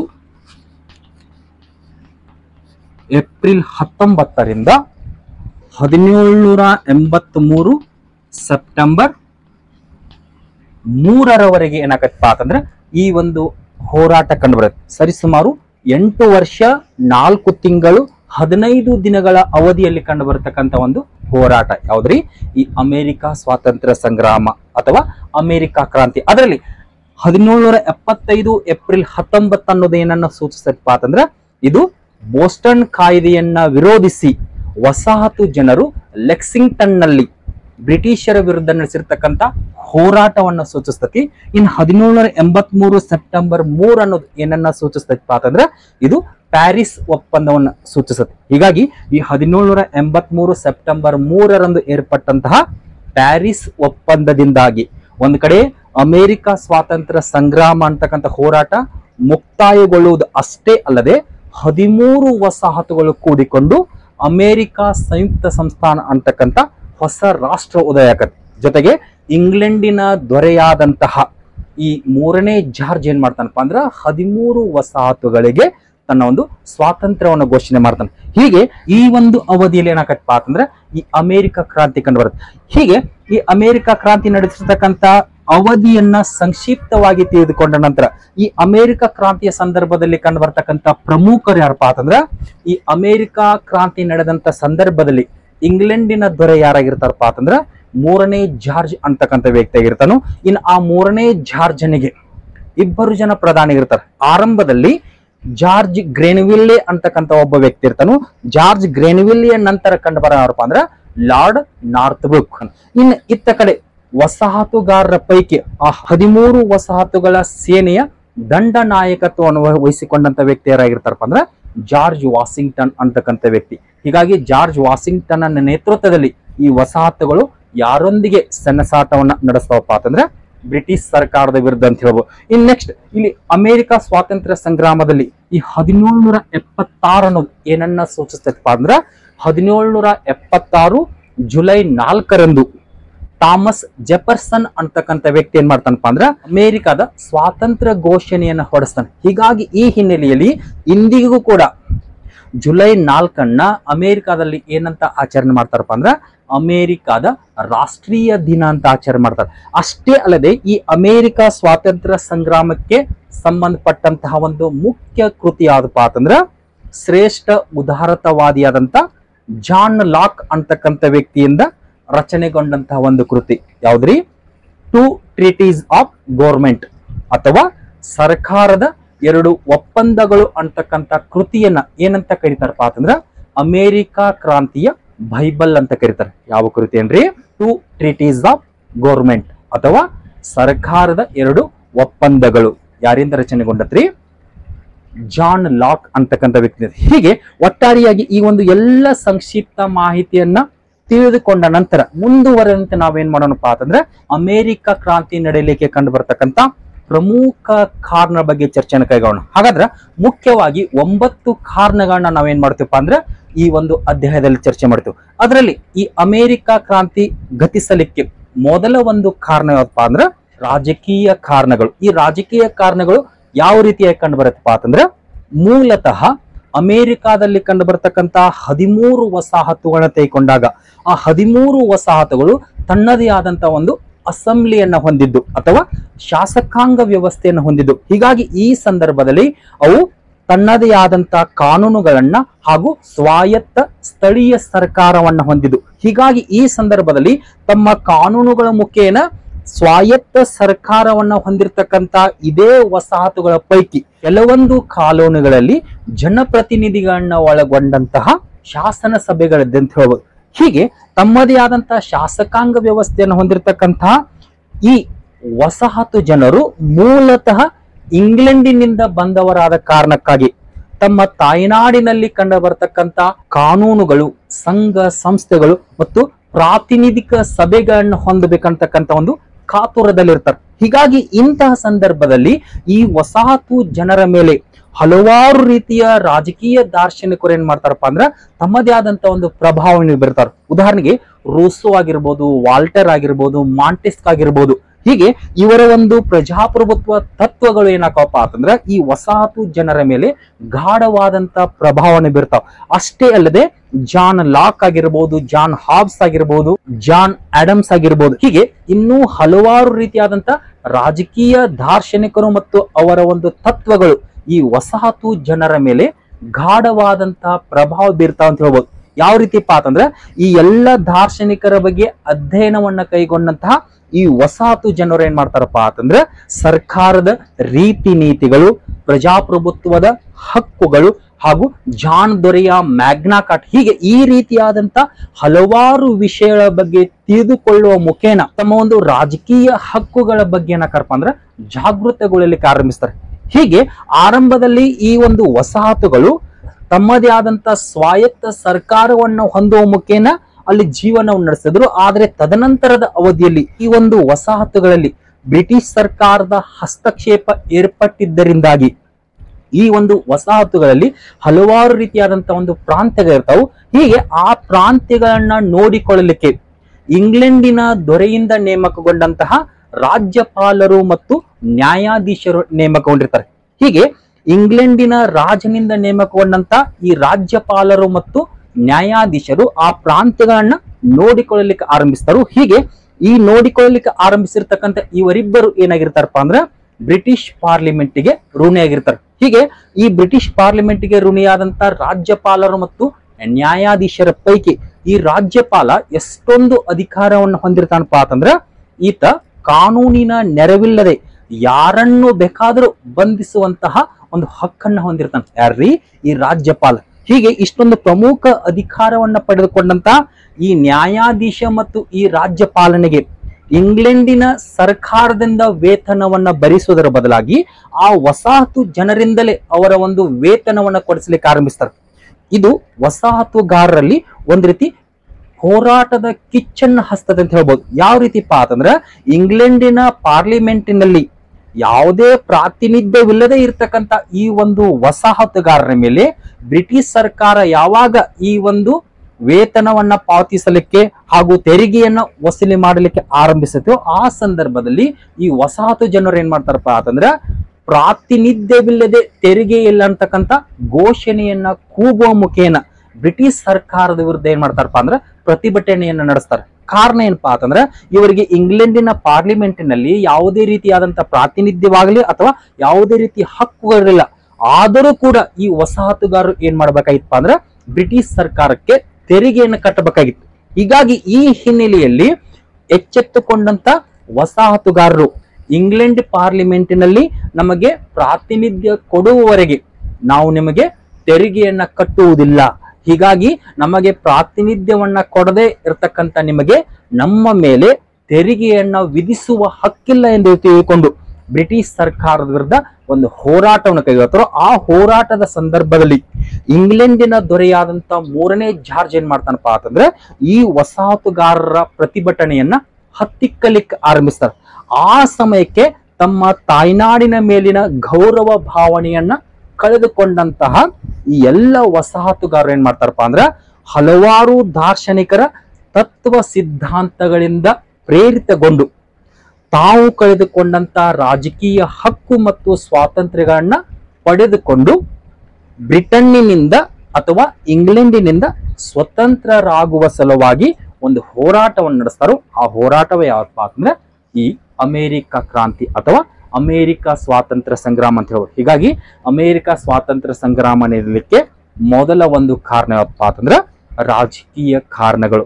ಇನ್ನು ಎರಡನೇ ಒಂದು ಕಾರಣ ಯಾವಪ್ಪ ಅಂತಂದ್ರ ಸಪ್ತವಾರ್ಷಿಕ ಯುದ್ಧಗಳು. ಅಮೆರಿಕ ಕ್ರಾಂತಿ ನಡೆಯಲಿಕ್ಕೆ ಎರಡನೇ ಒಂದು ಕಾರಣ ಯಾವಪ್ಪ ಅಂತಂದ್ರ ಸಪ್ತವಾರ್ಷಿಕ ಯುದ್ಧಗಳು. ಸಪ್ತವಾರ್ಷಿಕ ಯುದ್ಧಗಳಂದ್ರೆ ಏನಪ್ಪಾ ಅಂತಂದ್ರ ಇಂಗ್ಲೆಂಡ್ ಮತ್ತು ಫ್ರಾನ್ಸ್ ಮಧ್ಯೆ 1756ರಿಂದ 1763ರವರೆಗೆ ಸರಿಸುಮಾರು 7 ವರ್ಷಗಳ ಕಾಲ ಕಂಡು ಬರ್ತಕ್ಕಂಥ ಯುದ್ಧಗಳನ್ನೇ ನಾವೇನಂತ ಕರಿತೀವಪ್ಪ ಅಂದ್ರ ಸಪ್ತವಾರ್ಷಿಕ ಯುದ್ಧಗಳಂತ ಕರಿತೀವಿ. ಯಾರ ಮಧ್ಯೆ ಕಂಡು ಬರ್ತಾವ್ರಿ? ಇಂಗ್ಲೆಂಡ್ ಮತ್ತು ಫ್ರಾನ್ಸ್ ಮಧ್ಯೆ. ಹಾಗಾದ್ರೆ ಈ ಸಪ್ತವಾರ್ಷಿಕ ಯುದ್ಧಗಳು ಯಾವ ರೀತಿಯಾಗಿ ಕಂಡು ಬರ್ತಾವಪ್ಪ ಅಂದ್ರ ಆರಂಭದಿಂದಲೂ ಇಂಗ್ಲೆಂಡ್ ಮತ್ತು ಫ್ರಾನ್ಸ್ ಎರಡೂ ರಾಷ್ಟ್ರಗಳೇ ಇರ್ತಾವಪ್ಪ ಅಂತಂದ್ರ ವ್ಯಾಪಾರದ ಪೈಪೋಟಿಯ ಹಿನ್ನೆಲೆಯಲ್ಲಿ ವೈರಿ ರಾಷ್ಟ್ರಗಳಾಗಿ ಮಾರ್ಪಟ್ಟಿರ್ತಾವ. ಯಾವ್ರಿ? ಇಂಗ್ಲೆಂಡ್ ಮತ್ತು ಫ್ರಾನ್ಸ್. ಇಲ್ಲಿ ಇಂಗ್ಲೆಂಡಿನ ಏಳಿಗೆಯನ್ನ ಫ್ರಾನ್ಸ್ ಸಹಿಸುತ್ತಿರುವುದಿಲ್ಲ, ಫ್ರಾನ್ಸಿನ ಏಳಿಗೆಯನ್ನ ಇಂಗ್ಲೆಂಡ್ ಸಹಿಸುತ್ತಿರುವುದಿಲ್ಲ. ಹೀಗಾಗಿ ಇಂಗ್ಲೆಂಡ್ ಮತ್ತು ಫ್ರಾನ್ಸ್ಗಳು ಆರಂಭದಿಂದಲೇ ಈ ಒಂದು ವ್ಯಾಪಾರದ ಹಿನ್ನೆಲೆಯಲ್ಲಿ ವೈರಿ ರಾಷ್ಟ್ರ ಇರ್ತಾವು. ಈ ಸಂದರ್ಭದಲ್ಲಿ ಅಂದ್ರೆ ಈ ಅಮೆರಿಕ ಕ್ರಾಂತಿಯ ಸಂದರ್ಭದಲ್ಲಿ ಏನಾಗತ್ತಪ್ಪ ಅಂತಂದ್ರ ಒಂದು ಕಡೆ ಅಂಟಾರ್ಟಿಕ್ ಸಾಗರದ ಪೂರ್ವ ತೀರದ ಉದ್ದಕ್ಕೂ ಇಂಗ್ಲೆಂಡಿನ ಜನರಿಂದ ಸ್ಥಾಪನೆಗೊಂಡಂತ ವಸಾಹತು ಇರ್ತಾವು. ಆ ಒಂದು ವಸಾಹತುಗಳ ಬದಿಯಲ್ಲಿಯೇ ಅಂದ್ರೆ ಕೆನಡಾ ಪ್ರದೇಶದಲ್ಲಿ ಫ್ರಾನ್ಸ್ ಅಥವಾ ಫ್ರೆಂಚರು ಏನ್ ಮಾಡಿರ್ತಾರಪ್ಪ ಅಂದ್ರ ತಮ್ಮ ವಸಾಹತುಗಳನ್ನ ಸ್ಥಾಪನೆ ಮಾಡಿಕೊಂಡಿರ್ತಾರೆ. ಹೀಗಾಗಿ ಅಮೆರಿಕಾದಲ್ಲಿ ತನ್ನ ವಸಾಹತುಗಳ ಬದಿಯಲ್ಲಿಯೇ ಈ ಫ್ರಾನ್ಸ್ ರಾಷ್ಟ್ರ ಈ ಒಂದು ಕೆನಡಾದಲ್ಲಿ ವಸಾಹತುಗಳನ್ನ ಸ್ಥಾಪನೆ ಮಾಡಿಕೊಂಡಿದ್ದು ಇಂಗ್ಲೆಂಡ್ಗೆ ಸಹಿಸಲಾಗುವುದಿಲ್ಲ. ಅಷ್ಟಲ್ಲದೆ ಫ್ರಾನ್ಸ್ ದಿನದಿಂದ ದಿನಕ್ಕೆ ಇಂಗ್ಲೆಂಡ್ಗೆ ಪ್ರತಿಸ್ಪರ್ಧಿಯಾಗಿ ಬೆಳೆಯಲಿಕ್ಕೆ ಆರಂಭಿಸುತ್ತೆ. ಹೀಗಾಗಿ ಇಂತಹ ಸಂದರ್ಭದಲ್ಲಿ ತನ್ನ ವಸಾಹತುಗಳ ಬದಿಯಲ್ಲಿಯೇ ಕೆನಡಾದಲ್ಲಿ ಈ ಫ್ರಾನ್ಸ್ ತನ್ನ ಒಂದು ವಸಾಹತುಗಳನ್ನ ಸ್ಥಾಪನೆ ಮಾಡಿಕೊಂಡಿದ್ದರಿಂದಾಗಿ ಈ ಫ್ರಾನ್ಸಿನ ದಾಳಿಯ ಭಯ ಯಾರಿಗಿರತ್ತಪ್ಪ ಅಂದ್ರ ಆ 13 ವಸಾಹತುಗಳು ಇರ್ತದೆ. ಹೀಗಾಗಿ ಆ 13 ವಸಾಹತುಗಳು ಏನ್ ಮಾಡ್ತಾವಪ್ಪ ಅಂದ್ರ ಯಾವುದೇ ಸಮಯದಲ್ಲಾದರೂ ಈ ಫ್ರಾನ್ಸ್ ನಮ್ಮ ಮೇಲೆ ದಾಳಿ ಮಾಡಬಹುದು ಅಂತಕ್ಕಂಥ ಒಂದು ಭಯವನ್ನ ಹೊಂದಿರ್ತಾವ. ಹೀಗಾಗಿ ಇಂತಹ ಸಂದರ್ಭದಲ್ಲಿ ಆ 13 ವಸಾಹತುಗಳು ಏನ್ ಮಾಡ್ತಾವಪ್ಪ ಅಂತಂದ್ರ ಫ್ರಾನ್ಸಿನ ದಾಳಿಯಿಂದ ರಕ್ಷಿಸಿಕೊಳ್ಳುವ ಸಲುವಾಗಿ ಈ ಒಂದು ಇಂಗ್ಲೆಂಡಿನ ರಕ್ಷಣೆಯನ್ನು ಕೊಡ್ತಾವ. ಹೀಗಾಗಿ ಇಂತಹ ಸಂದರ್ಭದಲ್ಲಿ ತನ್ನ ವಸಾಹತುವನ್ನ ರಕ್ಷಿಸಿಕೊಳ್ಳುವ ಸಲುವಾಗಿ ಈ ಇಂಗ್ಲೆಂಡ್ ಏನ್ ಮಾಡದಪ್ಪ ಅಂತಂದ್ರ ಫ್ರಾನ್ಸಿನೊಂದಿಗೆ ಹೋರಾಟಕ್ಕೆ ಇರುತ್ತೆ. ಹೀಗಾಗಿ ಈ ಸಂದರ್ಭದಲ್ಲಿ 1756ರಿಂದ 1763ರವರೆಗೆ ಇಂಗ್ಲೆಂಡ್ ಮತ್ತು ಫ್ರಾನ್ಸ್ಗಳ ಮಧ್ಯೆ ಏನಾಕಪ್ಪ ಅಂದ್ರ 7 ವರ್ಷಗಳ ಕಾಲ ಹೋರಾಟ ಕಂಡು ಬರುತ್ತೆ. ಆ ಹೋರಾಟದಲ್ಲಿ ಕೊನೆಗೆ 1763ರಲ್ಲಿ ಇಂಗ್ಲೆಂಡಿನ ಕೈಯಲ್ಲಿ ಫ್ರಾನ್ಸ್ ಸೋಲನ್ನ ಅನುಭವಿಸ್ತದೆ. ಹೀಗೆ ಸೋತಿರ್ತಕ್ಕಂತಹ ಫ್ರಾನ್ಸ್ ಇಂಗ್ಲೆಂಡಿನೊಂದಿಗೆ ಏನ್ ಮಾಡದಪ್ಪ ಅಂತಂದ್ರ 1763ರಲ್ಲಿ ಪ್ಯಾರಿಸ್ ಅಂತಕ್ಕಂಥ ಒಪ್ಪಂದವನ್ನ ಮಾಡಿಕೊಳ್ಳೋದು. ಹೀಗೆ ಆ ಒಪ್ಪಂದದ ಮುಖೇನ ಕೆನಡಾದಲ್ಲಿ ಹೊಂದಿರತಕ್ಕಂತ ತನ್ನ ಒಂದು ವಸಾಹತುಗಳನ್ನ ಏನ್ ಮಾಡಪ್ಪ ಅಂದ್ರೆ ಇಂಗ್ಲೆಂಡ್ಗೆ ಬಿಟ್ಟು ಕೊಡತಿ. ಮತ್ತೊಂದು ಕಡೆ ಆ ಕೆನಡಾದಲ್ಲಿ ಫ್ರಾನ್ಸಿನ ವಸಾಹತುಗಳೆಲ್ಲವೂ ಇಂಗ್ಲೆಂಡಿನ ಪರವಾಗಿ ಬಂದಿದ್ದರಿಂದಾಗಿ ಆ ಸಮಯಕ್ಕೆ ಈ 13 ವಸಾಹತುಗಳಿಗೆ ಫ್ರಾನ್ಸಿನ ದಾಳಿಯ ಭಯ ಇಲ್ಲದಂತಾಗಿ ಮಾರ್ಪಡೋದು. ಹೀಗೆ ಫ್ರಾನ್ಸಿನ ದಾಳಿಯ ಭಯದಿಂದ ತಪ್ಪಿಸಿಕೊಂಡಂತಹ ಈ 13 ವಸಾಹತುಗಳಿಗೆ ಈ ಸಪ್ತವಾರ್ಷಿಕ ಯುದ್ಧ ಏನಾಗತ್ತಪ್ಪ ಅಂದ್ರೆ ಒಂದ್ ರೀತಿ ಸ್ಫೂರ್ತಿಯನ್ನು ಕೊಡ್ತೈತೆ ಅಂತ ಹೇಳ್ಬೋದು. ಯಾವ ರೀತಿಪ್ಪ ಅಂತಂದ್ರೆ ನಾವು ಕೂಡ ಇಂಗ್ಲೆಂಡಿನ ವಿರುದ್ಧ ಹೋರಾಟ ನಡೆಸಿದ್ದೇ ಆದ್ರ ಆ ಹೋರಾಟದಲ್ಲಿ ನಾವು ಕೂಡ ವಿಜಯಿಗಳಾಗಬಹುದು. ಅಷ್ಟೇ ಅಲ್ಲದೆ ಇನ್ನು ಮುಂದೆ ನಮಗೆ ನಮ್ಮ ತಾಯ್ನಾಡಿನ ಅವಶ್ಯಕತೆ ಇಲ್ಲ. ನಮಗೆ ಅವಶ್ಯಕತೆ ಎಲ್ಲಿವರೆಗಿತ್ತಪ್ಪ ಅಂತಂದ್ರೆ ಫ್ರಾನ್ಸಿನ ದಾಳಿಯ ಭಯವನ್ನ ತಪ್ಪಿಸಿಕೊಳ್ಳುವವರೆಗೂ ಮಾತ್ರ ತಾಯ್ನಾಡಿನ ಅವಶ್ಯಕತೆ ಇತ್ತು. ಹೀಗಾಗಿ ಇನ್ನು ಮುಂದೆ ನಮಗೆ ತಾಯ್ನಾಡಿನ ಅವಶ್ಯಕತೆ ಇಲ್ಲವೆಂದು ತಿಳಿದುಕೊಂಡು ಈ 13 ವಸಾಹತುಗಳೇನಕ್ಕಪ್ಪ ಅಂದ್ರೆ ಇಂಗ್ಲೆಂಡಿನಿಂದ ಸ್ವತಂತ್ರರಾಗಲಿಕ್ಕೆ ಬಯಸ್ತಾರೋ. ಆದ್ರೆ ಇಂಗ್ಲೆಂಡ್ ಏನ್ ಹೇಳ್ತೈತಪ್ಪ ಅಂತಂದ್ರೆ ನಾನು ಈ ಯುದ್ಧವನ್ನ ವಸಾಹತುಗಾರರ ರಕ್ಷಣೆಗಾಗಿಯೇ ಮಾಡಿದ್ದೇನೆ. ಹೀಗಾಗಿ ಈ ಸಪ್ತವಾರ್ಷಿಕ ಯುದ್ಧದಿಂದಾಗಿ ನನಗೆ ಅಪಾರ ಹಣದ ವ್ಯಯ ಉಂಟಾಗಿ ಆರ್ಥಿಕ ಹೊರೆ ಹೆಚ್ಚಾಗಿದೆ ಅಂತ ಹೇಳ್ತದೆ. ಹೀಗಾಗಿ ಈ ಸಂದರ್ಭದಲ್ಲಿ ಈ ಸಪ್ತವಾರ್ಷಿಕ ಯುದ್ಧದಿಂದ ತನ್ನ ಮೇಲೆ ಆದಂತ ಹೊರೆಯನ್ನ ನೀಗಿಸಿಕೊಳ್ಳುವ ಸಲುವಾಗಿ ಬ್ರಿಟಿಷ್ ಸರ್ಕಾರ ಏನ್ ಮಾಡದಪ್ಪ ಅಂತಂದ್ರೆ ಈ 13 ವಸಾಹತುಗಳ ಮೇಲೆ ಅಧಿಕವಾದಂತ ತೆರಿಗೆ ಏನಿರುತ್ತೆ. ಹೀಗಾಗಿ ಆ ಸಂದರ್ಭದಲ್ಲಿ ಆ ಅಧಿಕ ತೆರಿಗೆಯನ್ನ ವಿರೋಧಿಸಿರ್ತಕ್ಕಂಥ ಜನರು ತಮ್ಮ ಒಂದು ಜನಪ್ರಿಯ ಘೋಷಣೆಯನ್ನು ಕೂಗುವ ಮುಖೇನ, ಯಾವ ಘೋಷಣೆ ರೀ, ಪ್ರಾತಿನಿಧ್ಯವಿಲ್ಲದೆ ತೆರಿಗೆ ಇಲ್ಲ ಅಂತಕ್ಕಂತ ಘೋಷಣೆಯನ್ನ ಕೂಗುವ ಮುಖೇನ ಏನ್ ಮಾಡ್ತಾರಪ್ಪ ಅಂದ್ರೆ ಬ್ರಿಟಿಷ್ ಸರ್ಕಾರದ ವಿರುದ್ಧ ಹೋರಾಟವನ್ನ ಕೈಗೊಳ್ತಾರೆ ಅಂತ ಹೇಳ್ಬೋದು. ಹೀಗಾಗಿ ಈ ಹಿನ್ನೆಲೆಯಲ್ಲಿ ಈ ಸಪ್ತವಾರ್ಷಿಕ ಯುದ್ಧದಿಂದ ಕಂಡು ಬರ್ತಕ್ಕಂಥ ಈ ಆರ್ಥಿಕ ಹೊರೆಯ ಹಿನ್ನೆಲೆಯಲ್ಲಿ ಈ ಅಮೆರಿಕ ಕ್ರಾಂತಿ ಅಂತಕ್ಕಂಥ ಘಟನೆ ಸಂಭವಿಸಿತು ಅಂತ ಹೇಳ್ಬೋದು. ಹೀಗಾಗಿ ಅಮೆರಿಕ ಕ್ರಾಂತಿ ನಡೆಯಲಿಕ್ಕೆ ಎರಡನೇ ಒಂದು ಕಾರಣ ಯಾವಪ್ಪ ಅಂತಂದ್ರೆ ಸಪ್ತವಾರ್ಷಿಕ ಯುದ್ಧಗಳು. ಇನ್ನು ಮೂರನೇ ಒಂದು ಕಾರಣ ಯಾವಪ್ಪ ಅಂತಂದ್ರೆ ಇಂಗ್ಲೆಂಡಿನ ವಾಣಿಜ್ಯ ನೀತಿ. ಈ ಅಮೆರಿಕ ಕ್ರಾಂತಿ ನಡೆಯಲಿಕ್ಕೆ ಮೂರನೇ ಕಾರಣ ಯಾವಪ್ಪ ಅಂದ್ರೆ ಇಂಗ್ಲೆಂಡಿನ ವಾಣಿಜ್ಯ ನೀತಿ. ಯಾವ ರೀತಿಪ್ಪ ಅಂತಂದ್ರೆ 1650-51 ಹೊತ್ತಿಗೆ ವಸಾಹತುಗಳಿರುವುದೇ ತನ್ನ ಲಾಭಕ್ಕೆಂದು ತಿಳಿದುಕೊಂಡಂತಹ ಈ ಬ್ರಿಟಿಷ್ ಪಾರ್ಲಿಮೆಂಟ್ ಅಥವಾ ಬ್ರಿಟಿಷ್ ಸರ್ಕಾರ ಏನ್ ಮಾಡದಪ್ಪ ಅಂತಂದ್ರೆ ಆ 13 ವಸಾಹತುಗಳ ವ್ಯಾಪಾರವನ್ನ ನಿರ್ಬಂಧಿಸುವ ಸಲುವಾಗಿ ನೌಕಾ ಕಾಯ್ದೆಯನ್ನ ಜಾರಿಗೆ ತರತ್ತೆ. ಯಾವ ಕಾಯ್ದೆನ್ರಿ? ನೌಕಾ ಕಾಯ್ದೆನ. ಯಾವ ವರ್ಷ? 1650-51 ಅವಧಿಯಲ್ಲಿ ಈ ನೌಕಾ ಕಾಯ್ದೆಯನ್ನ ಜಾರಿಗೆ ತರುವ ಮುಖೇನ ಆ 13 ವಸಾಹತುಗಳ ವ್ಯಾಪಾರಕ್ಕೆ ಸಂಬಂಧಿಸಿದ, ಉದಾಹರಣೆಗೆ ರಫ್ತು ವಸ್ತುಗಳು, ಆಮದು ವಸ್ತುಗಳು ಮತ್ತು ಸರಕುಗಳನ್ನ ಸಾಗಿಸಲಿಕ್ಕೆ ಸಂಬಂಧಪಡ್ತಕ್ಕಂಥ ಹಡಗುಗಳು, ಇವುಗಳಿಗೆ ಸಂಬಂಧಿಸಿದಂತೆ 13 ವಸಾಹತುಗಳ ಮೇಲೆ ಏನ್ ಮಾಡದಪ್ಪ ಅಂತಂದ್ರೆ ಕೆಲವೊಂದಿಷ್ಟು ನಿರ್ಬಂಧವನ್ನ ಹೇರುತ್ತೆ. ಹೀಗಾಗಿ ಆ ಒಂದು ನಿರ್ಬಂಧನೆಗಳ ಹಿನ್ನೆಲೆಯಲ್ಲಿ ಏನಾಗತ್ತಪ್ಪ ಅಂದ್ರೆ ಈ ಅಮೆರಿಕ ಕ್ರಾಂತಿ ನಡೆಯುತ್ತೆ ಅಂತ ಹೇಳ್ಬೋದು. ಹಾಗಾದ್ರೆ ವಸಾಹತುಗಾರರ ಮೇಲೆ ಹೇರಿರ್ತಕ್ಕಂಥ ಪ್ರಮುಖ ನಿರ್ಬಂಧನೆಗಳು ಯಾವಪ್ಪ ಅಂದ್ರೆ ಮೊದಲನೇ ಒಂದು ನಿರ್ಬಂಧ ಅದು ರಫ್ತು ವಸ್ತುಗಳಿಗೆ ಸಂಬಂಧಿಸಿದಂತೆ. ಹಾಗಾದ್ರೆ ನೌಕಾ ಕಾಯ್ದೆಯಲ್ಲಿ ಕಂಡು ಬರ್ತಕ್ಕಂಥ ಮೊದಲ ಒಂದು ನಿರ್ಬಂಧ ಯಾವಪ್ಪ ಅಂತಂದ್ರೆ ಅಮೆರಿಕ ತಾನು ಉತ್ಪಾದನೆ ಮಾಡತಕ್ಕಂತಹ ಕಾಫಿ, ಹತ್ತಿ, ತಂಬಾಕು ಈ 3 ಕಚ್ಚಾ ವಸ್ತುಗಳನ್ನ ಕೇವಲ ಇಂಗ್ಲೆಂಡ್ಗೆ ಮಾತ್ರ ರಫ್ತು ಮಾಡಬೇಕು. ಇದು ನೌಕಾ ಕಾಯ್ದೆಯಲ್ಲಿ ಕಂಡು ಬರ್ತಕ್ಕಂಥ ಮೊದಲ ಒಂದು ನಿರ್ಬಂಧ. ಯಾವ್ದ್ರಿ? ಅಮೆರಿಕ ಉತ್ಪಾದನೆ ಮಾಡತಕ್ಕಂಥ ಕಚ್ಚಾ ವಸ್ತುಗಳಾದ ಕಾಫಿ, ಹತ್ತಿ ಮತ್ತು ತಂಬಾಕು ಈ 3 ಕಚ್ಚಾ ವಸ್ತುಗಳನ್ನ ಕೇವಲ ಇಂಗ್ಲೆಂಡ್ಗೆ ಮಾತ್ರ ರಫ್ತು ಮಾಡಬೇಕು. ಇಂಗ್ಲೆಂಡ್ ಅನ್ನ ಹೊರತುಪಡಿಸಿ ಬೇರೆ ರಾಷ್ಟ್ರಗಳಿಗೆ ಈ ವಸ್ತುಗಳನ್ನ ರಫ್ತು ಮಾಡುವಂತಿಲ್ಲ. ಇನ್ನು ಎರಡನೇ ಒಂದು ಪ್ರಮುಖ ನಿರ್ಬಂಧ ಯಾವಪ್ಪ ಅಂತಂದ್ರೆ ವಸಾಹತುಗಾರರ ಅಗತ್ಯ ವಸ್ತುಗಳಾದಂತಹ ಹತ್ತಿ, ಗಾಜು, ಸಕ್ಕರೆ, ಬಟ್ಟೆ ಮತ್ತು ಲಿನನ್ ಈ ಅವಶ್ಯಕ ವಸ್ತುಗಳನ್ನ ಕೇವಲ ಇಂಗ್ಲೆಂಡಿನಿಂದ ಮಾತ್ರ ಆಮದು ಮಾಡಿಕೊಳ್ಬೇಕು. ಇಂಗ್ಲೆಂಡ್ ಅನ್ನ ಹೊರತುಪಡಿಸಿ ಬೇರೆ ಯಾವುದೇ ರಾಷ್ಟ್ರಗಳಿಂದ ಆಮದು ಮಾಡಿಕೊಳ್ಳುವಂತಿಲ್ಲ. ಮೂರನೇ ಒಂದು ನಿರ್ಬಂಧ ಯಾವಪ್ಪ ಅಂತಂದ್ರೆ ಅಮೆರಿಕಾದಲ್ಲಿನ ವಸಾಹತುಗಳು ತಮ್ಮ ವ್ಯಾಪಾರಕ್ಕಾಗಿ ಕೇವಲ ಬ್ರಿಟಿಷ್ ಹಡಗುಗಳನ್ನ ಮಾತ್ರ ಬಳಸಬೇಕು. ಇದು ನೌಕಾ ಕಾಯ್ದೆಯಿಂದ ಕಂಡು ಬರ್ತಕ್ಕಂಥ ಮೂರನೇ ಒಂದು ನಿರ್ಬಂಧ. ಯಾವ್ದ್ರಿ? ಅಮೆರಿಕಾದಲ್ಲಿನ 13 ವಸಾಹತುಗಳು ತಮ್ಮ ವ್ಯಾಪಾರವನ್ನು ನಡೆಸಲಿಕ್ಕೆ ಕೇವಲ ಇಂಗ್ಲೆಂಡಿನ ಹಡಗನ್ನ ಮಾತ್ರ ಬಳಸಬೇಕು. ಹೀಗೆ ಈ ಹಡಗಿನ ನಿರ್ಬಂಧವನ್ನ ಯಾಕೆ ಹೇರ್ತಾರಪ್ಪ ಅಂತಂದ್ರೆ ಯುರೋಪಿನ ಯಾವುದೇ ರಾಷ್ಟ್ರಗಳು ಇಂಗ್ಲೆಂಡಿನೊಂದಿಗೆ ವ್ಯಾಪಾರದ ಪೈಪೋಟಿಯನ್ನ ಮಾಡಬಾರದು ಅಂತಕ್ಕಂಥ ಹಿನ್ನೆಲೆಯಲ್ಲಿ ಏನ್ ಮಾಡ್ತಾರಪ್ಪ ಅಂದ್ರೆ ಈ ಹಡಗಿನ ಒಂದು ನಿರ್ಬಂಧವನ್ನು ಹೇರ್ತಾರೆ. ಯಾರ ಮೇಲ್ರಿ? ಈ ವಸಾಹತುಗಾರರ ಮೇಲೆ. ಇದು ನೌಕಾ ಕಾಯ್ದೆಯ ಮೂರನೇ ನಿರ್ಬಂಧ. ಇನ್ನು ನಾಲ್ಕನೇ ಒಂದು ನಿರ್ಬಂಧ ಯಾವಪ್ಪ ಅಂತಂದ್ರೆ ಬ್ರಿಟನ್ ಉತ್ಪಾದನೆ ಮಾಡ್ತಕ್ಕಂಥ ಪ್ರಮುಖ ವಸ್ತುಗಳಾದಂತ ಕಬ್ಬಿನ, ನೀಲಿ, ಕಾಗದ, ಹತ್ತಿ ಮತ್ತು ಲಿನನ್ ಈ ವಸ್ತುಗಳನ್ನ ಯಾವುದೇ ಕಾರಣಕ್ಕೂ ವಸಾಹತುಗಾರರು ಅಥವಾ ಅಮೇರಿಕನ್ನರು ಏನ್ ಮಾಡಬಾರದ್ರಿ, ಉತ್ಪಾದನೆ ಮಾಡಬಾರದು. ಇದು 4ನೇ ನಿರ್ಬಂಧ.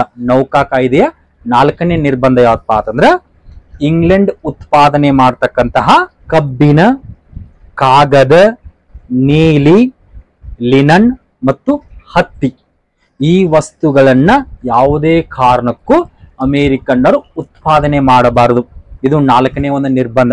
ಇನ್ನು 5ನೇ ಒಂದು ನಿರ್ಬಂಧ ಯಾವಪ್ಪ ಅಂತಂದ್ರ ವಸಾಹತುಗಾರರು ಅಥವಾ ಅಮೇರಿಕನ್ನರು ತಮ್ಮ ವ್ಯಾಪಾರಕ್ಕಾಗಿ ಬ್ರಿಟಿಷ್ ಏಜೆಂಟರನ್ನ ಇಟ್ಟುಕೊಳ್ಳಬೇಕು. ಆ ಬ್ರಿಟಿಷ್ ಏಜೆಂಟರ ಮುಖೇನವ ಏನ್ ಮಾಡ್ಬೇಕ್ರಿ, ವ್ಯಾಪಾರವನ್ನ ನಡೆಸಬೇಕು. ಜೊತೆಗೆ ಆ ಬ್ರಿಟಿಷ್ ಏಜೆಂಟರಿಗೆ ಈ ವಸಾಹತುಗಾರ ಏನ್ ಮಾಡ್ಬೇಕಪ್ಪ ಅಂದ್ರ ರಕ್ಷಣೆಯನ್ನ ನೀಡಬೇಕು. ಇದು 5ನೇ ಒಂದು ನಿರ್ಬಂಧ. ಯಾರಿಗ್ರಿ, ಈ 13 ವಸಾಹತುಗಾರರಿಗೆ. ಹೀಗೆ ನೌಕಾ ಕಾಯ್ದೆ ಮುಖೇನವಾಗಿ ಏನ್ ಮಾಡ್ತಾರಪ್ಪ ಅಂದ್ರ ಈ 5 ಪ್ರಮುಖ ನಿರ್ಬಂಧಗಳನ್ನ ಜಾರಿ ಮಾಡ್ತಾರ. ಹೀಗೆ ಈ 5 ನಿರ್ಬಂಧಗಳನ್ನ ವಿರೋಧಿಸಿ ವಸಾಹತುಗಾರರು ಏನ್ ಮಾಡ್ತಾರಪ್ಪ ಅಂದ್ರ ಬ್ರಿಟಿಷ್ ಸರ್ಕಾರದ ವಿರುದ್ಧ ಈ ಹೋರಾಟವನ್ನು ಆರಂಭಿಸ್ತಾರೆ ಅಂತ ಹೇಳ್ಬೋದು. ಹೀಗಾಗಿ ಅಮೆರಿಕ ಕ್ರಾಂತಿ ನಡೆಯಲಿಕ್ಕೆ 3ನೇ ಒಂದು ಕಾರಣ ಅಂತ ಬಂದಾಗ ಇಂಗ್ಲೆಂಡಿನ ವಾಣಿಜ್ಯ ನೀತಿ ಅಥವಾ ಆ ವಾಣಿಜ್ಯ ನೀತಿಯಲ್ಲಿ ಕೈಗೊಂಡಂತ ನೌಕಾ ಕಾಯ್ದೆಯ ನಿರ್ಬಂಧಗಳು.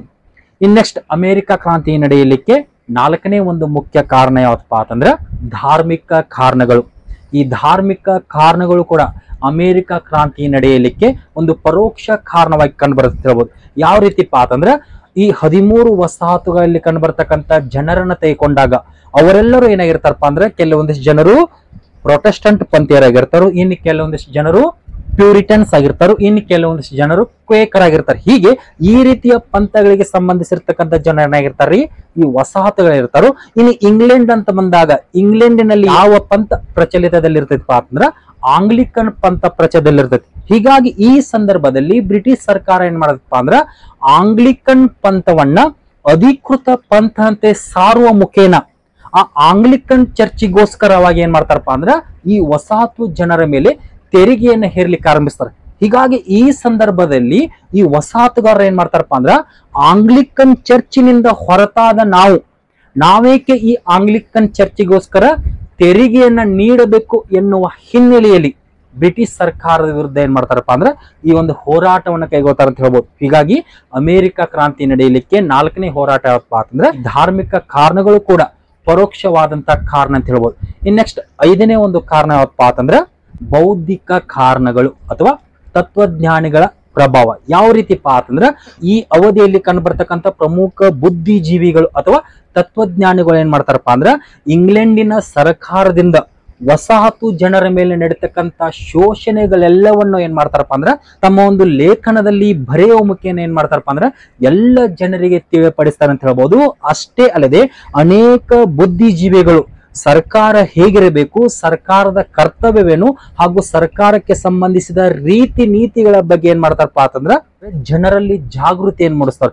ಇನ್ನು ಕೆಲವೊಂದಿಷ್ಟು ಜನರು ಏನ್ ಮಾಡ್ತಾರಪ್ಪ ಅಂತಂದ್ರ ಮಾನವನಿಗೆ ಇರಬೇಕಾದಂತ ಪ್ರಮುಖ ಹಕ್ಕುಗಳ ಬಗ್ಗೆ ತಿಳಿಸ್ಕೊಡ್ತಾರೆ. ಹೀಗೆ ಒಟ್ಟಾರೆಯಾಗಿ ಈ ಒಂದು ಅಮೆರಿಕ ಕ್ರಾಂತಿಯ ಸಂದರ್ಭದಲ್ಲಿ ಕಂಡುಬರ್ತಕ್ಕಂಥ ಹಲವಾರು ಬುದ್ಧಿಜೀವಿಗಳ ಪ್ರಭಾವ ಈ ಒಂದು ವಸಾಹತುಗಾರರ ಮೇಲೆ ಆಗಿದ್ದರಿಂದಾಗಿ ಈ ಅಮೇರಿಕನ್ನರು ಏನ್ ಮಾಡ್ತಾರಪ್ಪ ಅಂತಂದ್ರೆ ಈ ಒಂದು ಅಮೆರಿಕ ಕ್ರಾಂತಿಯನ್ನ ಕೈಗೊಂಡ್ರು ಅಂತ ಹೇಳ್ಬೋದು. ಹಾಗಾದ್ರ ಈ ಸಂದರ್ಭದಲ್ಲಿ ವಸಾಹತುಗಾರರ ಮೇಲೆ ಪ್ರಭಾವ ಬೀರತಕ್ಕಂತ ಪ್ರಮುಖ ಬುದ್ಧಿಜೀವಿಗಳು ಯಾರ್ಯಾರಪ್ಪ ಅಂತಂದ್ರೆ ಮೊದಲನೇದಾಗಿ ಜಾನ್ ಆಡಮ್ಸ್. ಈ ಜಾನ್ ಆಡಮ್ಸ್ ಏನ್ ಹೇಳ್ತಾನಪ್ಪ ಅಂತಂದ್ರ ಈತ ವಸಾಹತುಗಾರರನ್ನ ಕುರಿತು ಯಾವ ರೀತಿಯಾದಂತ ಒಂದು ಪ್ರೇರಣಾದಾಯಕ ಮಾತನ್ನ ಹೇಳ್ತಾನಪ್ಪ ಅಂತಂದ್ರ ಕ್ರಾಂತಿ ಎನ್ನುವುದು ಅಮೇರಿಕನ್ನರ ಮೆದುಳು ಮತ್ತು ಹೃದಯದಲ್ಲಿತ್ತು ಅಂತ ಹೇಳ್ತಾನೆ. ಹೀಗಾಗಿ ಕ್ರಾಂತಿ ಅಮೆರಿಕ ಸ್ವಾತಂತ್ರ್ಯ ಸಂಗ್ರಾಮಕ್ಕಿಂತಲೇ ಮೊದಲೇ ಆರಂಭವಾಗಿತ್ತು ಅಂತಕ್ಕಂಥ ಒಂದು ವಿಷಯವನ್ನು ತಿಳಿಸ್ಕೊಡ್ತಾನೆ ಯಾರ್ರಿ, ಜಾನ್ ಆಡಮ್ಸ್. ಅಷ್ಟೇ ಅಲ್ಲದೆ ಜಾನ್ ಆಡಮ್ಸ್ ನಂತರ ಕಂಡು ಬರ್ತಕ್ಕಂಥ ರೋಜರ್ ವಿಲಿಯಮ್ಸ್. ಈ ರೋಜರ್ ವಿಲಿಯಮ್ಸ್ ಏನ್ ಹೇಳ್ತಾನಪ್ಪ ಅಂತಂದ್ರೆ ಧಾರ್ಮಿಕ ಸಹಿಷ್ಣುತೆ ಇರಬೇಕು, ಧಾರ್ಮಿಕ ಸಹಿಷ್ಣುತೆಯ ಜೊತೆಗೆ ರಾಜ್ಯವನ್ನ ಚರ್ಚಿನಿಂದ ಮುಕ್ತಗೊಳಿಸ್ಬೇಕಂತ ಹೇಳ್ತಾನೆ. ಹೀಗೆ ರೋಜರ್ ವಿಲಿಯಮ್ಮನ ನಂತರ ಆನೆ ಹಚಿನ್ಸನ್, ಯಾರ್ರಿ ಆನೆ ಹಚಿನ್ಸನ್ ಎಂಬುವಳು ಏನ್ ಮಾಡ್ತಾವಪ್ಪ ಅಂದ್ರೆ ಇವಳು ಕೂಡ ಅಮೇರಿಕನ್ನರ ಧಾರ್ಮಿಕ ಸಹಿಷ್ಣುತೆ, ಪತ್ರಿಕಾ ಸ್ವಾತಂತ್ರ್ಯ ಮತ್ತು ಕಡ್ಡಾಯ ಶಿಕ್ಷಣದ ಕುರಿತು ಏನ್ ಮಾಡ್ತಾವಪ್ಪ ಅಂತಂದ್ರೆ ಅಮೇರಿಕನ್ನರಲ್ಲಿ ಸ್ಫೂರ್ತಿಯನ್ನು ಮೂಡಿಸ್ತಾ ಅಂತ ಹೇಳ್ಬೋದು. ಕೇವಲ ಜಾನ್ ಆಡಮ್ಸ್, ರೋಜರ್ ವಿಲಿಯಮ್ಸ್, ಆನೆ ಹಚಿನ್ಸನ್ ಅಷ್ಟೇ ಅಲ್ಲದೆ ಇಂಗ್ಲೆಂಡಿನ ಥಾಮಸ್ ಪೈನ್ ಅಂತಕ್ಕಂಥ ವ್ಯಕ್ತಿ ತನ್ನ ಕಾಮನ್ ಸೆನ್ಸ್ ಎಂಬ ಪುಸ್ತಕದಲ್ಲಿ ಏನ್ ಮಾಡ್ತಾನಪ್ಪ ಅಂತಂದ್ರ ಇಂಗ್ಲೆಂಡ್ ಅಮೆರಿಕನ್ನರಿಗೆ ಸಂಪೂರ್ಣ ಸ್ವಾತಂತ್ರ್ಯವನ್ನ ನೀಡಬೇಕು, ಒಂದು ವೇಳೆ ನೀಡದೇ ಇದ್ದರೆ ವಸಾಹತುಗಾರರು ಸ್ವಾತಂತ್ರ್ಯವನ್ನ ಪಡೆದುಕೊಳ್ಳಲಿಕ್ಕೆ ಕ್ರಾಂತಿ ಮಾರ್ಗವನ್ನ ಅನುಸರಿಸಬಹುದು ಅಂತಕ್ಕಂಥ ಅಭಿಪ್ರಾಯವನ್ನ ವ್ಯಕ್ತಪಡಿಸ್ತಾನೆ. ಯಾರ್ರೀ? ಈ ಥಾಮಸ್ ಪೈನ್ ಅಂತಕ್ಕಂಥ ವ್ಯಕ್ತಿ ತನ್ನ ಕಾಮನ್ ಸೆನ್ಸ್ ಎಂಬ ಪುಸ್ತಕದಲ್ಲಿ. ಅಷ್ಟೇ ಅಲ್ಲದೆ ಅಮೆರಿಕದ ಖ್ಯಾತ ವಕೀಲನಾದಂತ ಥಾಮಸ್ ಜಾಫರ್ಸನ್ ಅಂತಕ್ಕಂಥ ವ್ಯಕ್ತಿ ಏನ್ ಮಾಡ್ತಾನಪ್ಪ ಅಂತಂದ್ರ ಪ್ರಜೆಗಳ ಸರ್ಕಾರ ಹಾಗೂ ಪ್ರಜೆಗಳಿಗಿರ್ತಕ್ಕಂಥ ಹಕ್ಕುಗಳನ್ನ ತಿಳಿಸುವ ಸಲುವಾಗಿ ಅಮೆರಿಕದ ಸ್ವಾತಂತ್ರ್ಯ ಘೋಷಣೆಯನ್ನು ಹೊರಡಿಸ್ತಾನೆ. ಯಾರ್ರೀ? ಥಾಮಸ್ ಜಾಫರ್ಸನ್. ಆ ಥಾಮಸ್ ಜಾಫರ್ಸನ್ ತನ್ನ ಸ್ವಾತಂತ್ರ್ಯ ಘೋಷಣೆಯಲ್ಲಿ ಏನ್ ಹೇಳ್ತಾನಪ್ಪ ಅಂತಂದ್ರ ಯಾವ ಸರ್ಕಾರ ಜನರ ಮೂಲಭೂತ ಹಕ್ಕುಗಳಲ್ಲಿ ಹಸ್ತಕ್ಷೇಪ ಮಾಡುತ್ತದೆಯೋ ಅಂತಹ ಸರ್ಕಾರವನ್ನ ತೆಗೆದು ಹಾಕುವ ಹಕ್ಕು ಜನರಿಗಿದೆ ಅಂತಕ್ಕಂಥ ಮನವರಿಕೆ ಮಾಡಿಕೊಡ್ತಾನೆ. ಯಾರ್ರೀ? ಥಾಮಸ್ ಜಾಫರ್ಸನ್. ಹೀಗಾಗಿ ಥಾಮಸ್ ಜಾಫರ್ಸನ್ ಈ ಅಮೆರಿಕಾದ ಜನರಿಗೆ ಸಂಬಂಧಿಸಿದ ಹಕ್ಕು ಮತ್ತು ಸ್ವಾತಂತ್ರ್ಯದ ಬಗ್ಗೆ ಏನ್ ಮಾಡ್ತಾನಪ್ಪ ಅಂದ್ರೆ ತನ್ನ ಒಂದು ಕರಡನ್ನ ಸಿದ್ಧಪಡಿಸ್ತಾ ಅಂತ ಹೇಳ್ಬೋದು. ಕೇವಲ ಥಾಮಸ್ ಜಾಫರ್ಸನ್ ಅಷ್ಟೇ ಅಲ್ಲದೆ ಜಾನ್ ಲಾಕ್ ಅಂತಕ್ಕಂಥ ವ್ಯಕ್ತಿ ತನ್ನ ಕೃತಿಯಾದಂತ 2 ಟ್ರೀಟೀಸ್ ಆಫ್ ಗೌರ್ಮೆಂಟ್, ಸರ್ಕಾರದ 2 ಒಪ್ಪಂದಗಳು ಅಂತಕ್ಕಂಥ ಕೃತಿಯಲ್ಲಿ ಜನರಿಗೆ ಇರಬೇಕಾದಂತ ರಾಜಕೀಯ ಹಕ್ಕುಗಳ ಬಗ್ಗೆ ತಿಳಿಸಿಕೊಡ್ತಾನೆ. ಹೀಗೆ ಇವರಷ್ಟೇ ಅಲ್ಲದೆ ಸಿಡ್ನಿ ಹ್ಯಾರಿಂಗ್ಟನ್ ಆಗಿರಬಹುದು, ಸ್ಯಾಮ್ಯುಯಲ್ ಆಡಮ್ಸ್ ಆಗಿರಬಹುದು, ಬೆಂಜಮಿನ್ ಫ್ರಾಂಕ್ಲಿನ್ ಆಗಿರಬಹುದು, ಜಾನ್ ಜೆ ಆಗಿರ್ಬೋದು, ರೂಸೋ ಆಗಿರ್ಬೋದು, ವಾಲ್ಟರ್ ಆಗಿರ್ಬೋದು, ಮಾಂಟೆಸ್ಕ್ ಆಗಿರ್ಬೋದು, ಹೀಗೆ ಇನ್ನೂ ಅನೇಕ ರೀತಿಯ ತತ್ವಜ್ಞಾನಿಗಳು ಮತ್ತು ಆ ಎಲ್ಲ ತತ್ವಜ್ಞಾನಿಗಳ ತತ್ವಗಳು ಏನಾಕಪ್ಪ ಅಂತಂದ್ರೆ ಈ ಒಂದು ವಸಾಹತುಗಾರರ ಮೇಲೆ ಗಾಢ ಪ್ರಭಾವವನ್ನ ಬೀರುವ ಮುಖೇನ ಈ ಎಲ್ಲ ವಸಾಹತುಗಾರರಲ್ಲಿ ರಾಜಕೀಯ ಪ್ರಜ್ಞೆಯನ್ನು ಮೂಡಿಸ್ತಾ ಅಂತ ಹೇಳ್ಬೋದು. ಹೀಗೆ ಈ ಬುದ್ಧಿಜೀವಿಗಳಿಂದ ರಾಜಕೀಯ ಪ್ರಜ್ಞೆ ಮತ್ತು ತಮ್ಮ ಹಕ್ಕು ಸ್ವಾತಂತ್ರ್ಯಗಳ ಬಗ್ಗೆ ತಿಳಿದುಕೊಂಡಂತ ಈ ವಸಾಹತುಗಾರರು ಏನ್ ಮಾಡ್ತಾರಪ್ಪ ಅಂದ್ರೆ ಈ ಬ್ರಿಟಿಷ್ ಸರ್ಕಾರದ ವಿರುದ್ಧ ಈ ಹೋರಾಟವನ್ನು ನಡೆಸಿರ ಅಂತ ಹೇಳ್ಬೋದು. ಹೀಗಾಗಿ ಅಮೆರಿಕ ಕ್ರಾಂತಿ ನಡೆಯಲಿಕ್ಕೆ ಈ ಬುದ್ಧಿಜೀವಿಗಳ ಪಾತ್ರ ಅಥವಾ ತತ್ವಜ್ಞಾನಿಗಳ ಪ್ರಭಾವ ಕೂಡ ಒಂದು ಮುಖ್ಯ ಕಾರಣ ಅಂತ ಹೇಳ್ಬೋದು. ಇನ್ ನೆಕ್ಸ್ಟ್ 6ನೇ ಒಂದು ಮುಖ್ಯ ಕಾರಣ ಯಾವಪ್ಪ ಅಂತಂದ್ರೆ ಬ್ರಿಟಿಷರ ತೆರಿಗೆ ನೀತಿಗಳು ಅಥವಾ ಆರ್ಥಿಕ ಕಾರಣಗಳು. ಯಾವ ರೀತಿಪ್ಪ ಅಂತಂದ್ರೆ ಸಪ್ತವಾರ್ಷಿಕ ಯುದ್ಧಗಳು ಏರ್ಪಟ್ಟಿದ್ದರಿಂದಾಗಿ ಬ್ರಿಟನ್ನಿನ ಮೇಲೆ ಆರ್ಥಿಕ ಹೊರೆ ಹೆಚ್ಚಾಗಿರುತ್ತೆ. ಹೀಗಾಗಿ ತನ್ನ ಮೇಲೆ ಉಂಟಾದಂತ ಆರ್ಥಿಕ ಹೊರೆಯನ್ನ ನೀಗಿಸಿಕೊಳ್ಳುವ ಸಲುವಾಗಿ ಬ್ರಿಟಿಷ್ ಸರ್ಕಾರ ಏನ್ ಮಾಡದಪ್ಪ ಅಂತಂದ್ರ ಅಮೆರಿಕ ಅಥವಾ 13 ವಸಾಹತುಗಳು ಆಮದು ಮತ್ತು ರಫ್ತು ಮಾಡ್ಕೊಳ್ತಕ್ಕಂಥ ವಸ್ತುಗಳ ಮೇಲೆ ಏನ್ ಮಾಡ್ತಾವಪ್ಪ ಅಂದ್ರ ಹೊಸ ತೆರಿಗೆಯನ್ನು ವಿಧಿಸ್ತಾರೆ ಅಂತ ಹೇಳ್ಬೋದು. ಹೀಗಾಗಿ ಈ ಹಿನ್ನೆಲೆಯಲ್ಲಿ ಬ್ರಿಟಿಷರ ತೆರಿಗೆ ನೀತಿಯೂ ಸಹ ಈ ಒಂದು ಅಮೆರಿಕ ಕ್ರಾಂತಿ ನಡೆಯಲಿಕ್ಕೆ ಮುಖ್ಯ ಕಾರಣ ಅಂತ ಹೇಳ್ಬೋದು. ಹಾಗಾದ್ರೆ ಇಲ್ಲಿ ಕಂಡು ಬರ್ತಕ್ಕಂಥ ಮುಖ್ಯ ತೆರಿಗೆಗಳಪ್ಪ ಅಂದ್ರ ಮೊದಲ ಒಂದು ತೆರಿಗೆ ಕಾಕಂಬಿ ಕಾಯ್ದೆ ಅಥವಾ ಮೊಲಾಸಸ್ ಆಕ್ಟ್ ಅಂತ ಹೇಳ್ಬೋದು. 1764ರಲ್ಲಿ ಬ್ರಿಟಿಷ್ ಸರ್ಕಾರ ಏನ್ ಮಾಡತ್ತಪ್ಪ ಅಂದ್ರ ಈ ವಸಾಹತುಗಾರರು ಸ್ಪೇನ್ ಮತ್ತು ವೆಸ್ಟ್ ಇಂಡೀಸ್ ನಿಂದ ಆಮದು ಮಾಡಿಕೊಳ್ತಕ್ಕಂತಹ ಕಾಕಂಬಿಯನ್ನ ನಿಲ್ಲಿಸುವ ಸಲುವಾಗಿ ಈ ಕಾಕಂಬಿಯ ಮೇಲೆ ಏನಾಗತ್ತಪ್ಪ ಅಂದ್ರ ಅಧಿಕ ತೆರಿಗೆಯನ್ನು ಹೇರ್ತಾರೆ. ಹೀಗಾಗಿ ಬ್ರಿಟಿಷ್ ಸರ್ಕಾರ ಕಾಕಂಬಿಯ ಮೇಲೆ ಅಧಿಕ ತೆರಿಗೆಯನ್ನು ಹೇರಿದ್ದರಿಂದಾಗಿ ಒಂದ್ ಕಡೆ ಆಮದು ನಿಂತೋಕತಿ, ಮತ್ತೊಂದ್ ಕಡೆ ಆ ಕಾಕಂಬಿಯಿಂದ ವಸಾಹತುಗಾರರು ತಯಾರು ಮಾಡ್ತಕ್ಕಂಥ ಮದ್ಯ ತಯಾರಿಕೆ ಏನಾಗತ್ತಪ್ಪ ಅಂದ್ರ ಕುಂಠಿತಗೊಳ್ತೈತೆ ಅಂತ ಹೇಳ್ಬೋದು. ಕುಂಠಿತಗೊಳ್ಳೋದು ಅಷ್ಟೇ ಅಲ್ಲದೆ ಕಳ್ಳ ಸಾಗಾಣಿಕೆಯ ಪ್ರಮಾಣ ಹೆಚ್ಚಾಗಿ ವಸಾಹತುಗಾರರ ಮೇಲೆ ಏನಾಗತ್ತಪ್ಪ ಅಂತಂದ್ರ ಅನೇಕ ರೀತಿಯ ಕೆಟ್ಟ ಪರಿಣಾಮಗಳು ಉಂಟಾಕ ಅಂತ ಹೇಳ್ಬೋದು. ಹೀಗಾಗಿ 1764ರಲ್ಲಿ ಜಾರಿಗೆ ಬಂದಂತ ಕಾಕಂಬಿ ಕಾಯ್ದೆ ಅಥವಾ ಮೊಲಾಸಸ್ ಆಕ್ಟ್, ಈ ಕಾಯ್ದೆಯ ಮುಖೇನ ಏನ್ ಮಾಡ್ತಾರಪ್ಪ ಅಂದ್ರೆ ಕಾಕಂಬಿಯ ಮೇಲೆ ಅಧಿಕ ತೆರಿಗೆಯನ್ನು ಹೇರ್ತಾರೆ. ಇನ್ ನೆಕ್ಸ್ಟ್ ಅದೇ ವರ್ಷ ಏನ್ ಮಾಡ್ತಾರಪ್ಪ ಅಂದ್ರ ಶುಗರ್ ಆಕ್ಟ್ ಅಥವಾ ಸಕ್ಕರೆ ಕಾಯ್ದೆನ ಜಾರಿ ತರ್ತಾರೆ. ಈ ಸಕ್ಕರೆ ಕಾಯ್ದೆಯನ್ನ ಜಾರಿ ತರಲಿಕ್ಕೆ ಮುಖ್ಯ ಕಾರಣೀಕರ್ತ ಯಾರಪ್ಪ ಅಂದ್ರೆ ಇಂಗ್ಲೆಂಡಿನ ಪ್ರಧಾನ ಮಂತ್ರಿಯಾದಂತ ಜಾರ್ಜ್ ಗ್ರೇನ್ವಿಲ್ಲೆ. ಯಾರ್ರೀ? ಜಾರ್ಜ್ ಗ್ರೇನ್ವಿಲ್ಲೆ. ಈತ ಏನ್ ಮಾಡ್ತಾನಪ್ಪ ಅಂತಂದ್ರ ವಸಾಹತುಗಾರರು ಉತ್ಪಾದನೆ ಮಾಡ್ತಕ್ಕಂತಹ ಸಕ್ಕರೆ, ಕಾಫಿ, ಮದ್ಯ, ದ್ರಾಕ್ಷಾರಸ, ಲಿನನ್ ಮತ್ತು ಹತ್ತಿ, ಈ ರೀತಿಯ ಎಲ್ಲ ವಸ್ತುಗಳ ಮೇಲೆ ಏನ್ ಮಾಡ್ತಾರಪ್ಪ ಅಂದ್ರ ಅಧಿಕ ತೆರಿಗೆಯನ್ನು ಹೇರ್ತಾರೆ. ಹೀಗೆ ಒಟ್ಟಾರೆಯಾಗಿ 1764ರಲ್ಲಿ ಜಾರಿಗೆ ಬಂದಂತ ಕಾಕಂಬಿ ಕಾಯ್ದೆ ಮತ್ತು ಸಕ್ಕರೆ ಕಾಯ್ದೆಯಿಂದಾಗಿ ವಸಾಹತುಗಾರರು ಉತ್ಪಾದನೆ ಮಾಡ್ತಕ್ಕಂಥ ಅನೇಕ ವಸ್ತುಗಳ ಮೇಲೆ ಅಧಿಕ ತೆರಿಗೆ ಹೆಚ್ಚಾಗಿದ್ದರಿಂದಾಗಿ ಈ ವಸಾಹತುಗಾರರು ಏನಾಕರಪ್ಪ ಅಂದ್ರೆ ಅನೇಕ ಸಮಸ್ಯೆಗಳನ್ನ ಎದುರಿಸಲಿಕ್ಕೆ ಆರಂಭಿಸ್ತಾರೆ. ಹೀಗಾಗಿ ಆ ಸಂದರ್ಭದಲ್ಲಿ ಈ ಕಾಕಂಬಿ ಕಾಯ್ದೆ ಮತ್ತು ಸಕ್ಕರೆ ಕಾಯ್ದೆಯನ್ನ ವಿರೋಧಿಸಿ ಹಲವಾರು ವಸಾಹತುಗಳು ಬ್ರಿಟಿಷರ ವಿರುದ್ಧ ಬಹಿರಂಗ ಹೋರಾಟವನ್ನು ಕೈಗೊಳ್ತಾರೆ. ಹೀಗೆ ಆ ಹೋರಾಟವನ್ನು ಕೈಗೊಂಡಂತ ಸಂದರ್ಭದಲ್ಲಿ ವಸಾಹತುಗಾರರ ಹೋರಾಟದಿಂದ ಎಚ್ಚೆತ್ತುಕೊಂಡಂತಹ ಬ್ರಿಟಿಷ್ ಸರ್ಕಾರ ಕೊನೆಗೆ ಕಾಕಂಬಿ ಮತ್ತು ಸಕ್ಕರೆ ಮೇಲೆ ಹೇರಿರ್ತಕ್ಕಂಥ ತೆರಿಗೆಯನ್ನ ಕಡಿತಗೊಳಿಸಿದೆ ಅಂತ ಹೇಳ್ಬೋದು. ಇದು ಬ್ರಿಟಿಷರ ತೆರಿಗೆ ನೀತಿಯಲ್ಲಿ ಕಂಡು ಬರ್ತಕ್ಕಂಥ ಆರಂಭಿಕ 2 ತೆರಿಗೆಗಳು ಯಾವ್ರಿ? ಒಂದು ಕಾಕಂಬಿ ಕಾಯ್ದೆ, ಇನ್ನೊಂದು ಸಕ್ಕರೆ ಕಾಯ್ದೆ. ಮುಂದುವರೆದಂತೆ 1765ರಲ್ಲಿ ಏನ್ ಮಾಡ್ತಾರಪ್ಪ ಅಂದ್ರ ಸ್ಟಾಂಪ್ ಕಾಯ್ದೆಯನ್ನ ಜಾರಿಗೆ ತರ್ತಾರೆ. ಯಾವ ಕಾಯ್ದೆ ಏನ್ರಿ? ಸ್ಟಾಂಪ್ ಕಾಯ್ದೆ. ಈ ಸ್ಟಾಂಪ್ ಕಾಯ್ದೆಯ ಮುಖೇನ ಏನ್ ಮಾಡ್ತಾರಪ್ಪ ಅಂದ್ರ ವಸಾಹತುಗಾರರಿಗೆ ಸಂಬಂಧಿಸಿದ ಅಧಿಕೃತ ದಾಖಲೆಗಳಾಗಿರ್ಬೋದು, ಜಾಹೀರಾತುಗಳಾಗಿರ್ಬೋದು, ವೃತ್ತ ಪತ್ರಿಕೆಗಳಾಗಿರ್ಬೋದು, ಇತರೆ ಗ್ರಂಥಗಳಾಗಿರ್ಬೋದು, ನ್ಯಾಯಿಕ ದಾಖಲೆಗಳಾಗಿರ್ಬೋದು, ಹೀಗೆ ಇವೆಲ್ಲಗಳ ಮೇಲೆ ಕಡ್ಡಾಯವಾಗಿ ಸ್ಟಾಂಪ್ ಅನ್ನ ಅಂಟಿಸ್ಬೇಕಂತ ಹೇಳ್ತಾರೆ. ಇನ್ನು ಈ ಸ್ಟಾಂಪ್ಗಳು ಎಲ್ಲಿ ತಯಾರಿಗೊಳ್ತಿದ್ವಪ್ಪ ಅಂದ್ರೆ ಇಂಗ್ಲೆಂಡಿನಿಂದ ತಯಾರಿಗೊಳ್ತಿದ್ವು. ಇಂಗ್ಲೆಂಡಿನಲ್ಲಿ ತಯಾರುಗೊಂಡಂತ ಈ ಸ್ಟಾಂಪ್ಗಳನ್ನ ಏಜೆಂಟರುಗಳ ಮುಖೇನ ಏನ್ ಮಾಡ್ತಾರಪ್ಪ ಅಂದ್ರ ವಸಾಹತುಗಾರರ ಬಳಿ ಕಳಿಸಿದ್ರು. ಹೀಗೆ ವಸಾಹತುಗಾರರ ಬಳಿ ಬಂದಂತ ಆ ಸ್ಟಾಂಪ್ಗಳನ್ನ ದುಬಾರಿ ಬೆಲೆ ಕೊಟ್ಟು ಈ ವಸಾಹತುಗಾರ ಏನ್ ಮಾಡ್ಬೇಕಾಯ್ತ್ರಿ? ಇವುಗಳನ್ನ ಕೊಂಡುಕೊಳ್ಬೇಕಾಯ್ತು. ಕೊಂಡುಕೊಳ್ಳೋದು ಅಷ್ಟಲ್ಲದೆ ಆ ಸ್ಟಾಂಪ್ಗಳನ್ನ ಕಡ್ಡಾಯವಾಗಿ ಅಂಟಿಸಬೇಕಾಗಿತ್ತು. ಹೀಗೆ ಇದನ್ನ ಗಮನಿಸಿರ್ತಕ್ಕಂಥ ವಸಾಹತುಗಾರ ಏನ್ ಮಾಡ್ತಾರಪ್ಪ ಅಂದ್ರ ಸ್ಟಾಂಪ್ ಕಾಯ್ದೆಯನ್ನ ವಿರೋಧಿಸಲಿಕ್ಕೆ ಆರಂಭಿಸಿದಾಗ ಅದೇ ಸಮಯಕ್ಕೆ ಸ್ವತಂತ್ರ ಪುತ್ರರೆಂದು ಕರೆಸಿಕೊಳ್ತಕ್ಕಂಥ ಥಾಮಸ್ ಜೆಫರ್ಸನ್ ಆಗಿರ್ಬೋದು, ಬೆಂಜಮಿನ್ ಫ್ರಾಂಕ್ಲಿನ್ ಆಗಿರ್ಬೋದು, ಜಾನ್ ಆಡಮ್ಸ್ ಆಗಿರ್ಬೋದು, ಹೀಗೆ ಅನೇಕ ವ್ಯಕ್ತಿಗಳು ಏನ್ ಮಾಡ್ತಾರಪ್ಪ ಅಂದ್ರ ಈ ಸ್ಟಾಂಪ್ ಕಾಯ್ದೆಯನ್ನ ಬಹಿರಂಗವಾಗಿ ವಿರೋಧಿಸುವ ಮುಖೇನ ಪ್ರತಿಭಟನೆ ಕೈಗೊಳ್ತಾರೆ. ಪ್ರತಿಭಟನೆ ಕೈಗೊಳ್ಳೋದು ಅಷ್ಟೇ ಅಲ್ಲದೆ ಸ್ಟಾಂಪ್ ಅನ್ನ ಮಾರಾಟ ಮಾಡ್ಲಿಕ್ಕೆ ಬಂದಂತ ಏಜೆಂಟರನ್ನ ಓಡಿಸುವ ಮುಖೇನ ಅವರ ಕೈಯಲ್ಲಿರ್ತಕ್ಕಂಥ ಸ್ಟಾಂಪ್ಗಳನ್ನ ಕಸಿದುಕೊಂಡು ಅವುಗಳನ್ನ ಬಹಿರಂಗವಾಗಿ ಸುಟ್ಟಾಕ್ತಾರೆ. ಅದೇ ಸಂದರ್ಭದಲ್ಲಿ ಮತ್ತೊಂದು ಕಡೆ ಅಂದ್ರೆ ನ್ಯೂಯಾರ್ಕ್ನಲ್ಲಿ 9 ವಸಾಹತುಗಳ ಜನರು ಸೇರಿಕೊಂಡು ಏನ್ ಮಾಡ್ತಾರಪ್ಪ ಅಂದ್ರೆ ಒಂದು ಸಭೆಯನ್ನು ನಡೆಸ್ತಾರೆ.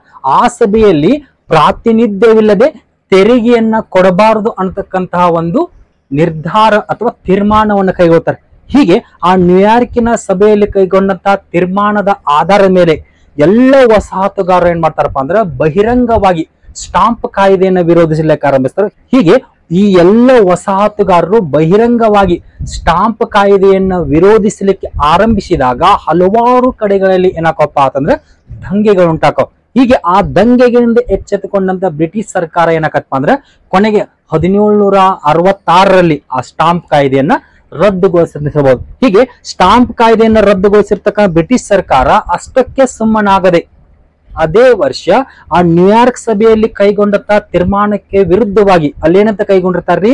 ಪ್ರಾತಿನಿಧ್ಯವಿಲ್ಲದೆ ತೆರಿಗೆ ಇಲ್ಲ ಅಂತೇಳಿ ತೀರ್ಮಾನವನ್ನು ಕೈಗೊಂಡಿರ್ತಾರೋ ಆ ತೀರ್ಮಾನಕ್ಕೆ ವಿರುದ್ಧವಾಗಿ ಬ್ರಿಟಿಷ್ ಸರ್ಕಾರಕ್ಕೆ ತೆರಿಗೆಯನ್ನ ಹೇರುವ ಹಕ್ಕಿದೆ ಎಂಬುದನ್ನ ಸಾಬೀತುಪಡಿಸುವ ಸಲುವಾಗಿ 1766ರಲ್ಲಿ ಏನ್ ಮಾಡ್ತಪ್ಪ ಅಂದ್ರೆ ಬ್ರಿಟಿಷ್ ಸರ್ಕಾರ ಡಿಕ್ಲರೇಟರಿ ಕಾಯ್ದೆನ ಜಾರಿ ತರುತ್ತೆ. ಆ ಡಿಕ್ಲರೇಟರಿ ಕಾಯ್ದೆ ಮುಖೇನ ಬ್ರಿಟಿಷ್ ಸರ್ಕಾರಕ್ಕೆ ವಸಾಹತುಗಾರರ ಮೇಲೆ ತೆರಿಗೆ ವಿಧಿಸುವ ಹಕ್ಕಿದೆ ಎಂಬುದನ್ನ ಏನ್ ಮಾಡತ್ತಪ್ಪ ಅಂದ್ರೆ ಸಾಬೀತುಪಡಿಸ್ತದೆ ಅಂತ ಹೇಳ್ಬೋದು. ಇನ್ನು ಇದಾದ ಬಳಿಕ ಅದರ ಮರು ವರ್ಷ 1767ರಲ್ಲಿ ಬ್ರಿಟನ್ನಿನ ಅರ್ಥ ಸಚಿವನಾದಂತಹ ಚಾರ್ಲ್ಸ್ ಟೌನ್ಶೆಂಡ್ ಏನ್ ಮಾಡ್ತಾನಪ್ಪ ಅಂದ್ರೆ ತನ್ನ ಹೆಸರಿನಲ್ಲಿ ಕೆಲವೊಂದಿಷ್ಟು ತೆರಿಗೆಯನ್ನು ಹೇರ್ತಾನೆ. ಆ ತೆರಿಗೆಗಳನ್ನ ಏನಂತ ಕರೀತಾರಪ್ಪ ಅಂದ್ರೆ ಟೌನ್ಶೆಂಡ್ ತೆರಿಗೆ ಅಂತ ಕರೀತಾರೆ. ಹೀಗಾಗಿ ಈ ಸ್ಟಾಂಪ್ ಕಾಯ್ದೆಯ ನಂತರ ವಸಾಹತುಗಾರರ ಮೇಲೆ ಜಾರಿಗೆ ಬಂದಂತ ಒಂದು ಕಾಯ್ದೆ ಯಾವಪ್ಪ ಅಂದ್ರೆ 1767ರ ಟೌನ್ಶೆಂಡ್ ತೆರಿಗೆಗಳು.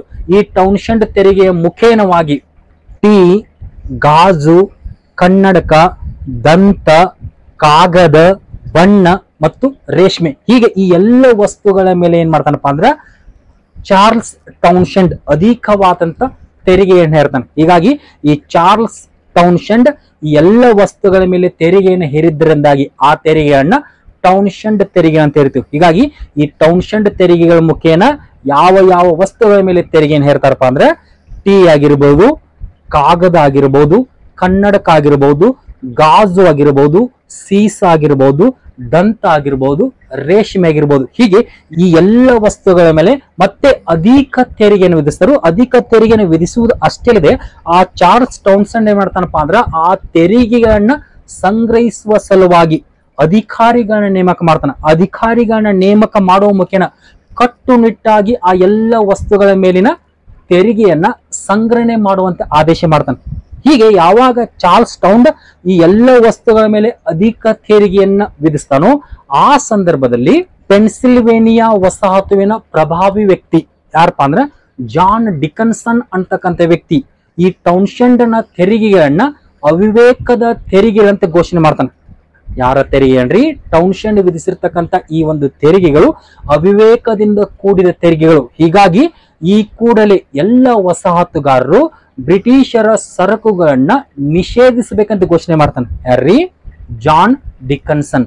ಅಷ್ಟೇ ಅಲ್ಲದೆ ಈತ ತನ್ನ ಕೃತಿಯಾದ letters of a Pennsylvania farmer ಎಂಬ ಕೃತಿಯಲ್ಲಿ ಬ್ರಿಟಿಷ್ ಸರ್ಕಾರಕ್ಕೆ ವಸಾಹತುಗಾರರ ಮೇಲೆ ಆಂತರಿಕವಾಗಲಿ ಅಥವಾ ಬಾಹ್ಯವಾಗಲಿ ಯಾವುದೇ ರೀತಿಯ ತೆರಿಗೆಗಳನ್ನ ಹೇರುವ ಹಕ್ಕಿಲ್ಲ ಅಂತೇಳಿ ವಾದ ಮಾಡ್ತಾನೆ. ಯಾರ್ರಿ?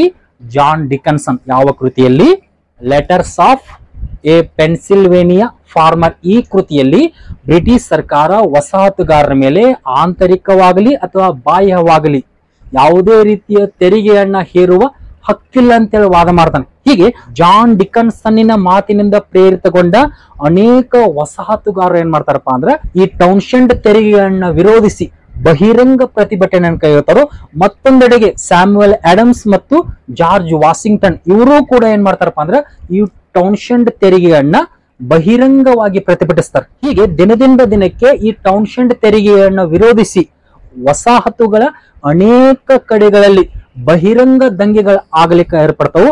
ಆ ಸಂದರ್ಭದಲ್ಲಿ ಈ ಬಹಿರಂಗ ಪ್ರತಿಭಟನೆಯಿಂದ ಎಚ್ಚೆತ್ತುಕೊಂಡಂತಹ ಇಂಗ್ಲೆಂಡಿನ ಪ್ರಧಾನಿ ಲಾರ್ಡ್ ನಾರ್ತ್ ಏನ್ ಮಾಡ್ತಾನಪ್ಪ ಅಂದ್ರ ಟೀ ಒಂದರ ಮೇಲೆ ಬಿಟ್ಟು ಉಳಿದ ವಸ್ತುಗಳ ಮೇಲಿನ ತೆರಿಗೆಯನ್ನು ಏನ್ ಮಾಡ್ತಾನಪ್ಪ ಅಂದ್ರೆ ರದ್ದುಗೊಳಿಸ್ತಾನೋ. ಆದರೂ ಕೂಡ ಈ ಟೀ ಮೇಲೆ ವಿಧಿಸಿರ್ತಕ್ಕಂಥ ತೆರಿಗೆಯನ್ನ ವಿರೋಧಿಸಿ ಮತ್ತೆ ಹಲವಾರು ಕಡೆಗಳಲ್ಲಿ ದಂಗೆ ಉಂಟಾಕೋ. ಆ ಸಂದರ್ಭದಲ್ಲಿ ಮೆಸಾಚುಸೆಟ್ಸ್ ಎಂಬಲ್ಲಿ ಬಹಿರಂಗವಾದಂತಹ ಒಂದು ದಂಗೆ ಉಂಟಾಕತಿ. ಆ ದಂಗೆ ಉಂಟಾಗುವುದು ಅಷ್ಟೇ ಅಲ್ಲದೆ ಅದೇ ಸಮಯಕ್ಕೆ ಎಲ್ಲ ವಸಾಹತುಗಾರರು ಕೂಡಿಕೊಂಡು ಏನ್ ಮಾಡ್ತಾರಪ್ಪ ಅಂದ್ರ ಬ್ರಿಟಿಷರ ಎಲ್ಲ ಸರಕುಗಳನ್ನ ಬಹಿಷ್ಕರಿಸುವಂತೆ ಕರೆಯನ್ನ ಕೊಡ್ತಾರೆ. ಹೀಗೆ ಮೆಸಾಚುಸೆಟ್ಸ್ ಎಂಬಲ್ಲಿ ಬಹಿರಂಗವಾದಂತಹ ದಂಗೆಗಳ ಆರಂಭಕ್ಕವು.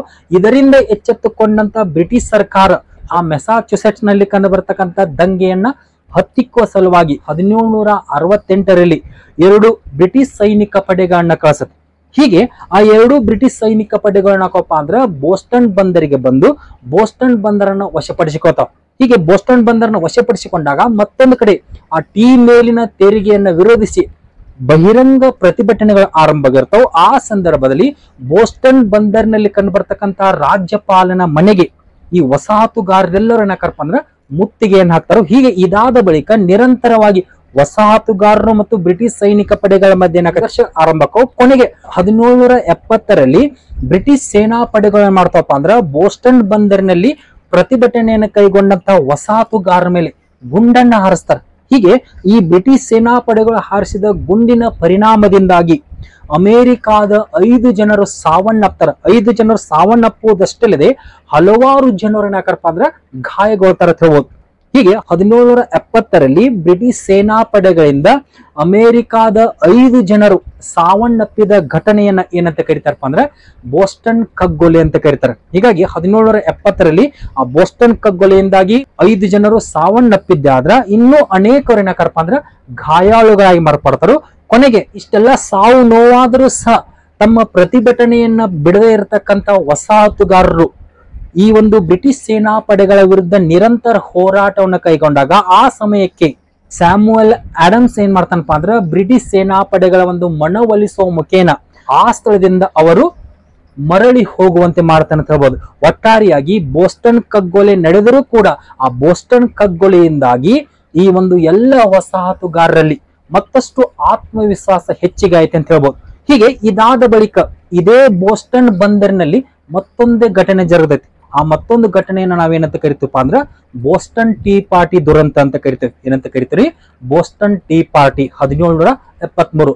ಈ ಬೋಸ್ಟನ್ ಟೀ ಪಾರ್ಟಿ ಅಂದ್ರೆ ಏನಪ್ಪಾ ಅಂತಂದ್ರ 1773ರಲ್ಲಿ ಬ್ರಿಟಿಷ್ ಸಂಸತ್ತು ಏನ್ ಮಾಡದಪ್ಪ ಅಂದ್ರ ಒಂದು ಹೊಸ ಕಾಯ್ದೆನೆ ಜಾರಿ ತರುತ್ತೆ. ಆ ಹೊಸ ಕಾಯ್ದೆ ಪ್ರಕಾರ ಏನ್ ಹೇಳ್ತಾರಪ್ಪ ಅಂತಂದ್ರ ಇನ್ನು ಮುಂದೆ ವಸಾಹತುಗಾರರಿಗೆ ಟೀ ಪುಡಿಯನ್ನ ಮಾರಾಟ ಮಾಡುವ ಅಥವಾ ಕೊಂಡೊಯ್ಯುವ ಹಕ್ಕನ್ನ ಅಥವಾ ಅಧಿಕಾರವನ್ನ ಯಾರಿಗೆ ನೀಡ್ತಾರಪ್ಪ ಅಂತಂದ್ರೆ ಈಸ್ಟ್ ಇಂಡಿಯಾ ಕಂಪನಿಗೆ ಬಿಟ್ಟು ಕೊಡ್ತಾರೆ. ಹೀಗಾಗಿ 1773ರ ಕಾನೂನಿನ ಪ್ರಕಾರ ಬ್ರಿಟಿಷ್ ಸಂಸತ್ತಿನಿಂದ ಈಸ್ಟ್ ಇಂಡಿಯಾ ಕಂಪನಿ ಏನ್ ಮಾಡತ್ತಪ್ಪ ಅಂದ್ರೆ ವಸಾಹತುಗಾರರಿಗೆ ಟೀ ಪುಡಿಯನ್ನ ಮಾರಾಟ ಮಾಡುವ ಅಧಿಕಾರವನ್ನ ಪಡೆದುಕೋ. ಹೀಗೆ ಈ ಅಧಿಕಾರವನ್ನ ಪಡೆದುಕೊಂಡಂತ ಈಸ್ಟ್ ಇಂಡಿಯಾ ಕಂಪನಿ ಈ ವಸಾಹತುಗಾರರ ಬಳಿಗೆ ಬಂದು ಈ ಟೀ ಪುಡಿಯನ್ನ ಮಾರಾಟ ಮಾಡ್ಲಿಕ್ಕೆ ಆರಂಭಿಸಿದ ಹೊತ್ತಿನಲ್ಲಿ ಈ ವಸಾಹತುಗಾರರು ಏನ್ ಮಾಡ್ತಾರಪ್ಪ ಅಂದ್ರೆ ಇದನ್ನು ವಿರೋಧಿಸ್ತಾರೆ. ಯಾಕೆ ವಿರೋಧಿಸ್ತಾರಪ್ಪ ಅಂದ್ರೆ ಈಸ್ಟ್ ಇಂಡಿಯಾ ಕಂಪನಿ ಮಾರಾಟ ಮಾಡತಕ್ಕಂತ ಟೀ ಪುಡಿಯ ಬೆಲೆ ಏನಾಗಿರುತ್ತಪ್ಪ ಅಂದ್ರೆ ದುಬಾರಿ ಆಗಿರ್ತೈತಿ. ಅದ್ರ ಬದಲಾಗಿ ಈ ವಸಾಹತುಗಾರರು ಏನ್ ಮಾಡ್ತಿರ್ತಾರಪ್ಪ ಅಂದ್ರೆ ಕಳ್ಳ ಮಾರ್ಗದ ಮುಖೇನ ಅತಿ ಕಡಿಮೆ ಬೆಲೆಯಲ್ಲಿ ಬೇರೆ ಕಡೆಯಿಂದ ಏನ್ ಮಾಡ್ತಿರ್ತಾರಪ್ಪ ಅಂದ್ರೆ ಟೀ ಪುಡಿಯನ್ನ ತರಿಸಿಕೊಳ್ತಿರ್ತಾರೆ. ಹೀಗಾಗಿ ಈ ಸಂದರ್ಭದಲ್ಲಿ ಈಸ್ಟ್ ಇಂಡಿಯಾ ಕಂಪನಿ ಮಾರಾಟ ಮಾಡತಕ್ಕಂತ ಟೀ ಪುಡಿ ಬೆಲೆ ದುಬಾರಿ ಆಗಿರತಿ.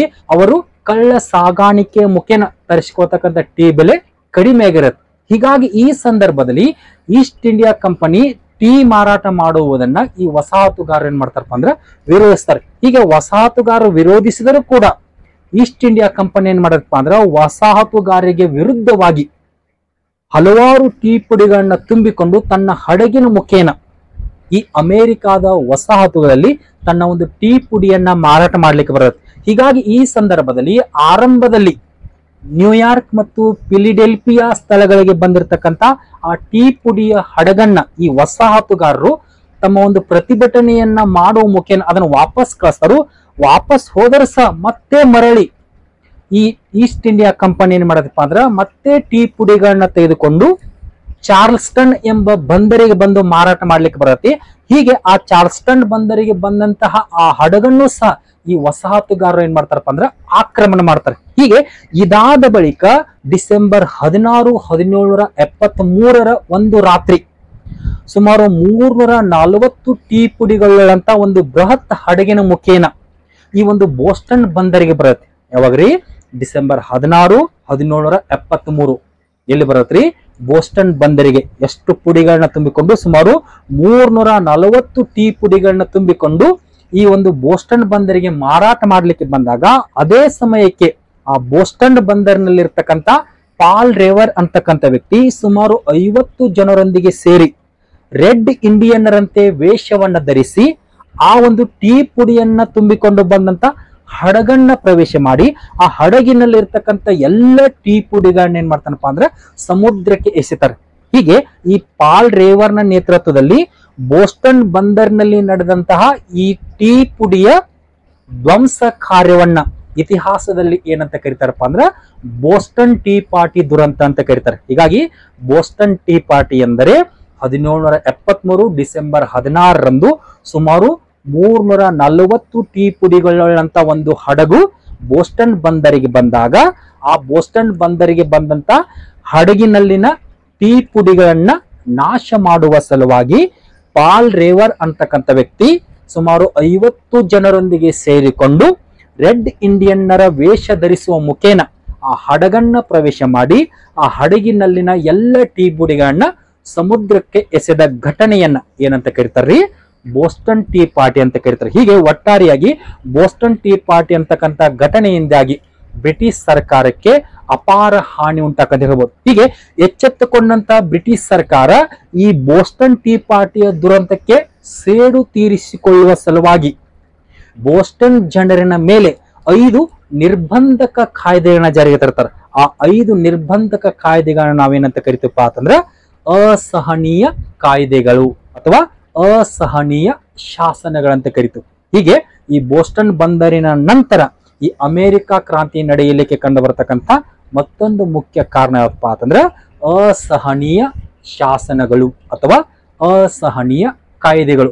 ಈ ಅಸಹನೀಯ ಶಾಸನಗಳು ಯಾಕೆ ಜಾರಿಗೆ ಬರ್ತಾವಪ್ಪ ಅಂದ್ರೆ ಬೋಸ್ಟನ್ ಟೀ ಪಾರ್ಟಿ ಎಂಬ ದುರಂತದಿಂದಾಗಿ ಬ್ರಿಟಿಷ್ ಸರ್ಕಾರಕ್ಕೆ ಏನು ಉಂಟಾಗಿರತ್ರಿ ನಷ್ಟ ಉಂಟಾಗಿರುತ್ತೆ. ಆ ನಷ್ಟಕ್ಕೆ ಪರಿಹಾರವನ್ನ ಕಂಡುಕೊಳ್ಳುವುದರ ಜೊತೆಗೆ ಆ ಬೋಸ್ಟನ್ ಟೀ ಪಾರ್ಟಿ ದುರಂತಕ್ಕೆ ಸೇಡು ತೀರಿಸಿಕೊಳ್ಳ ಸಲುವಾಗಿ ಬ್ರಿಟಿಷ್ ಸರ್ಕಾರ ಏನ್ ಮಾಡತ್ತಪ್ಪ ಅಂತಂದ್ರೆ 5 ಅಸಹನೀಯ ಶಾಸನಗಳನ್ನ ಜಾರಿ ತರುತ್ತೆ. ಹಾಗಾದ್ರೆ ಆ 5 ಅಸಹನೀಯ ಶಾಸನಗಳಪ್ಪ ಅಂದ್ರೆ ಮೊದಲ ಒಂದು ಶಾಸನ ಅಥವಾ ಮೊದಲ ಒಂದು ಕಾಯ್ದೆಯ ಪ್ರಕಾರ ಏನ್ ಮಾಡ್ತಾರಪ್ಪ ಅಂದ್ರೆ ಬೋಸ್ಟನ್ ಟೀ ಪಾರ್ಟಿಯಲ್ಲಿ ಆದಂತ ನಷ್ಟವನ್ನ ಮೆಸಾಚುಸೆಟ್ಸ್ ಬಂದರಿನ ಜನರು ತುಂಬಿಕೊಡುವವರೆಗೂ ಬೋಸ್ಟನ್ ಬಂದರನ್ನ ಮುಚ್ಚಿ ಹಾಕುವುದು.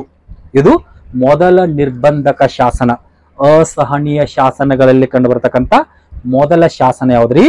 ಬೋಸ್ಟನ್ ಟೀ ಪಾರ್ಟಿ ದುರಂತದಲ್ಲಾದ ನಷ್ಟವನ್ನ ಮೆಸಾಚುಸೆಟ್ಸ್ ವಸಾಹತುವಿನ ಜನರು ತುಂಬಿಕೊಡುವವರೆಗೂ ಅಥವಾ ಅದನ್ನ ಭರಿಸುವವರೆಗೂ ಬೋಸ್ಟನ್ ಬಂದರನ್ನ ಏನ್ ಮಾಡೋದ್ರಿ? ಮುಚ್ಚಿ ಹಾಕುವುದು. ಇದು ಮೊದಲ ನಿರ್ಬಂಧಕ ಶಾಸನ. ಇನ್ನು ಎರಡನೇ ಒಂದು ಶಾಸನ ಯಾವತ್ತಪ್ಪ ಅಂತಂದ್ರೆ ಮೆಸಾಚುಸೆಟ್ಸ್ ವಸಾಹತುವಿನ ಸಣ್ಣದನ್ನ ಅಥವಾ ಹಕ್ಕನ್ನ ರದ್ದುಗೊಳಿಸುವುದು. ಎರಡನೇ ನಿರ್ಬಂಧಕ ಶಾಸನ ಯಾವ್ದ್ರಿ? ಬೋಸ್ಟನ್ ಟೀ ಪಾರ್ಟಿಯಲ್ಲಿ ಆದಂತ ದುರಂತಕ್ಕೆ ಪ್ರತಿಯಾಗಿ ಮೆಸಾಚುಸೆಟ್ಸ್ ವಸಾಹತುವಿನ ಹಕ್ಕು ಅಥವಾ ಸಣ್ಣದನ್ನ ರದ್ದುಗೊಳಿಸುವುದು ಹಾಗೂ ಅಲ್ಲಿನ ಸೈನ್ಯಾಧಿಕಾರಿಗೆ ಹೆಚ್ಚಿನ ಅಧಿಕಾರವನ್ನ ನೀಡುವುದು. ಇದು ಎರಡನೇ ನಿರ್ಬಂಧಕ ಶಾಸನ. ಇನ್ನು ಮೂರನೇ ಒಂದು ನಿರ್ಬಂಧಕ ಶಾಸನ ಯಾವತ್ತಪ್ಪ ಅಂತಂದ್ರೆ ಮೆಸಾಚುಸೆಟ್ನ ಖಾಸಗಿ ಮನೆಗಳಲ್ಲಿ ಬ್ರಿಟಿಷ್ ಸೈನಿಕರು ನೆಲೆಸಲಿಕ್ಕೆ ಅವಕಾಶವನ್ನು ನೀಡುವುದು. ಇದು ಮೂರನೇ ನಿರ್ಬಂಧಕ ಶಾಸನ. ಅಂದ್ರ ಮೆಸಾಚುಸೆಟ್ಸ್ ನಲ್ಲಿ ಇರ್ತಕ್ಕಂಥ ಬ್ರಿಟಿಷರು ಇನ್ನು ಮುಂದೆ ಎಲ್ಲಿ ವಾಸ ಮಾಡಬಹುದ್ರಿ? ಆ ವಸಾಹತು ಜನರ ಖಾಸಗಿ ಮನೆಗಳಲ್ಲಿ ವಾಸ ಮಾಡಲಿಕ್ಕೆ ಅನುಮತಿಯನ್ನು ಕೊಡಬೇಕು. ಇನ್ ನೆಕ್ಸ್ಟ್ ನಾಲ್ಕನೇ ಒಂದು ಶಾಸನ ಯಾವತ್ತಪ್ಪ ಅಂತಂದ್ರೆ ಮೆಸಾಚುಸೆಟ್ಸ್ ನ್ಯಾಯಾಲಯದಲ್ಲಿ ಬ್ರಿಟಿಷ್ ಸೈನಿಕರನ್ನ ವಿಚಾರಣೆಗೊಳಪಡಿಸುವಂತಿಲ್ಲ. ಇದು ನಾಲ್ಕನೇ ಒಂದು ನಿರ್ಬಂಧಕ ಶಾಸನ. ಯಾವ ರೀತಿ?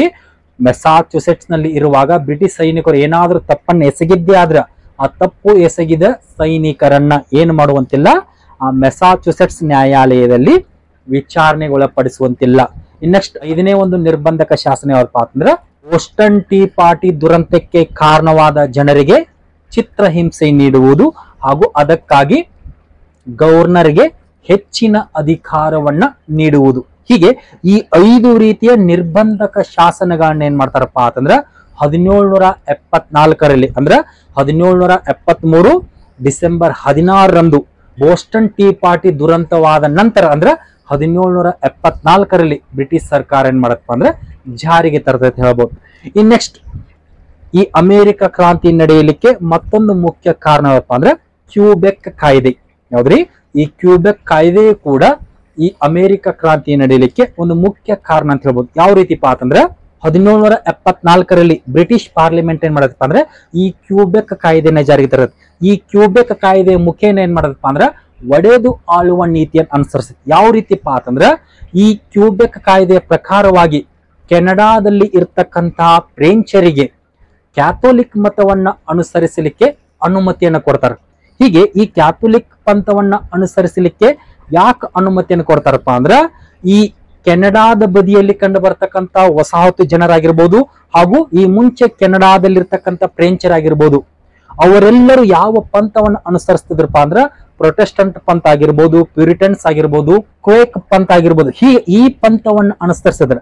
ಆದ್ರೆ ಈ ಸಂದರ್ಭದಲ್ಲಿ ಈ ಕೆನಡಾದ ಫ್ರೆಂಚರಿಗೆ ಈ ಕ್ಯಾಥೋಲಿಕ್ ಪಂಥವನ್ನ ಅನುಸರಿಸಲಿಕ್ಕೆ ಅನುಮತಿ ಕೊಟ್ಟಿದ್ದರಿಂದಾಗಿ ಈ ವಸಾಹತು ಜನರು ಏನಾಕರಪ್ಪ ಅಂದ್ರ ಇದನ್ನು ವಿರೋಧ ಮಾಡ್ತಾರೆ. ಯಾಕೆ ವಿರೋಧ ಮಾಡ್ತಾರಪ್ಪ ಅಂತಂದ್ರ ಈ ಮುಂಚೆ ಕ್ಯಾಥೋಲಿಕರು ಮತ್ತು ಪ್ರೊಟೆಸ್ಟೆಂಟರ ಮಧ್ಯೆ ಏನಾಗಿದ್ರಿ ನಿರಂತರ ಸಂಘರ್ಷಗಳಿದ್ದು ಆ ಸಂಘರ್ಷದಿಂದ ಹೊರಬಂದು ಅವರು ಈ ಬೇರೆ ನಾಡಿನಲ್ಲಿ ನೆಲೆಸಿದ್ರು. ಆದ್ರೆ ಮತ್ತೆ ಇವಾಗ ಈ ಫ್ರೆಂಚರಿಗೆ ಈ ಕ್ಯಾಥೋಲಿಕ್ ಪಂಥವನ್ನ ಅನುಸರಿಸಲಿಕ್ಕೆ ಅನುಮತಿಯನ್ನು ನೀಡಿದ್ದೇ ಆದ್ರ ಮತ್ತೆ ಕ್ಯಾಥೋಲಿಕರು ಹಾಗೂ ಪ್ರೊಟೆಸ್ಟೆಂಟರ ಮಧ್ಯೆ ಏನಾಗಬಹುದ್ರಿ ಮತ್ತೆ ಸಂಘರ್ಷಗಳು ಆರಂಭವಾಗೋದನ್ನು ತಿಳಿದುಕೊಂಡು ಇದನ್ನು ವಿರೋಧ ಮಾಡ್ತಾರೆ. ಮತ್ತೊಂದು ಕಡೆ ಏನ್ ಮಾಡ್ತಾರಪ್ಪ ಅಂತಂದ್ರೆ ಕ್ಯೂಬೆಕ್ ಪ್ರಾಂತ್ಯದ ಗಡಿಗಳನ್ನ ನಿರ್ಧಾರ ಮಾಡ್ತಾರೆ. ಯಾವ ರೀತಿ ನಿರ್ಧಾರ ಮಾಡ್ತಾರಪ್ಪ ಅಂತಂದ್ರೆ ಕ್ಯೂಬೆಕ್ ಇನ್ನು ಮುಂದೆ ಪಶ್ಚಿಮ ಅಂತ ಬಂದಾಗ ಪಶ್ಚಿಮ ದಿಕ್ಕಿಗೆ ಅಲ್ಗೆನಿಸ್ ಅಂತಕ್ಕಂತ ಪ್ರದೇಶವರೆಗೆ ಮಾತ್ರ ಇರಬೇಕು. ಜೊತೆಗೆ ಉತ್ತರ ಅಂತ ಬಂದಾಗ ಓಹಿಯೋವರೆಗೆ ಮಾತ್ರ ತನ್ನ ಪ್ರದೇಶವನ್ನ ವಿಸ್ತರಿಸಬೇಕು. ಹೀಗೆ ಪಶ್ಚಿಮ ಮತ್ತು ಉತ್ತರ ದಿಕ್ಕಿನಲ್ಲಿ ಏನ್ ಮಾಡ್ತಾರಪ್ಪ ಅಂದ್ರೆ ಅದಕ್ಕೆ ತನ್ನದೇ ಆದಂತ ನಿರ್ದಿಷ್ಟ ಗಡಿಯನ್ನು ಒದಗಿಸಿಕೊಡ್ತಾರೆ.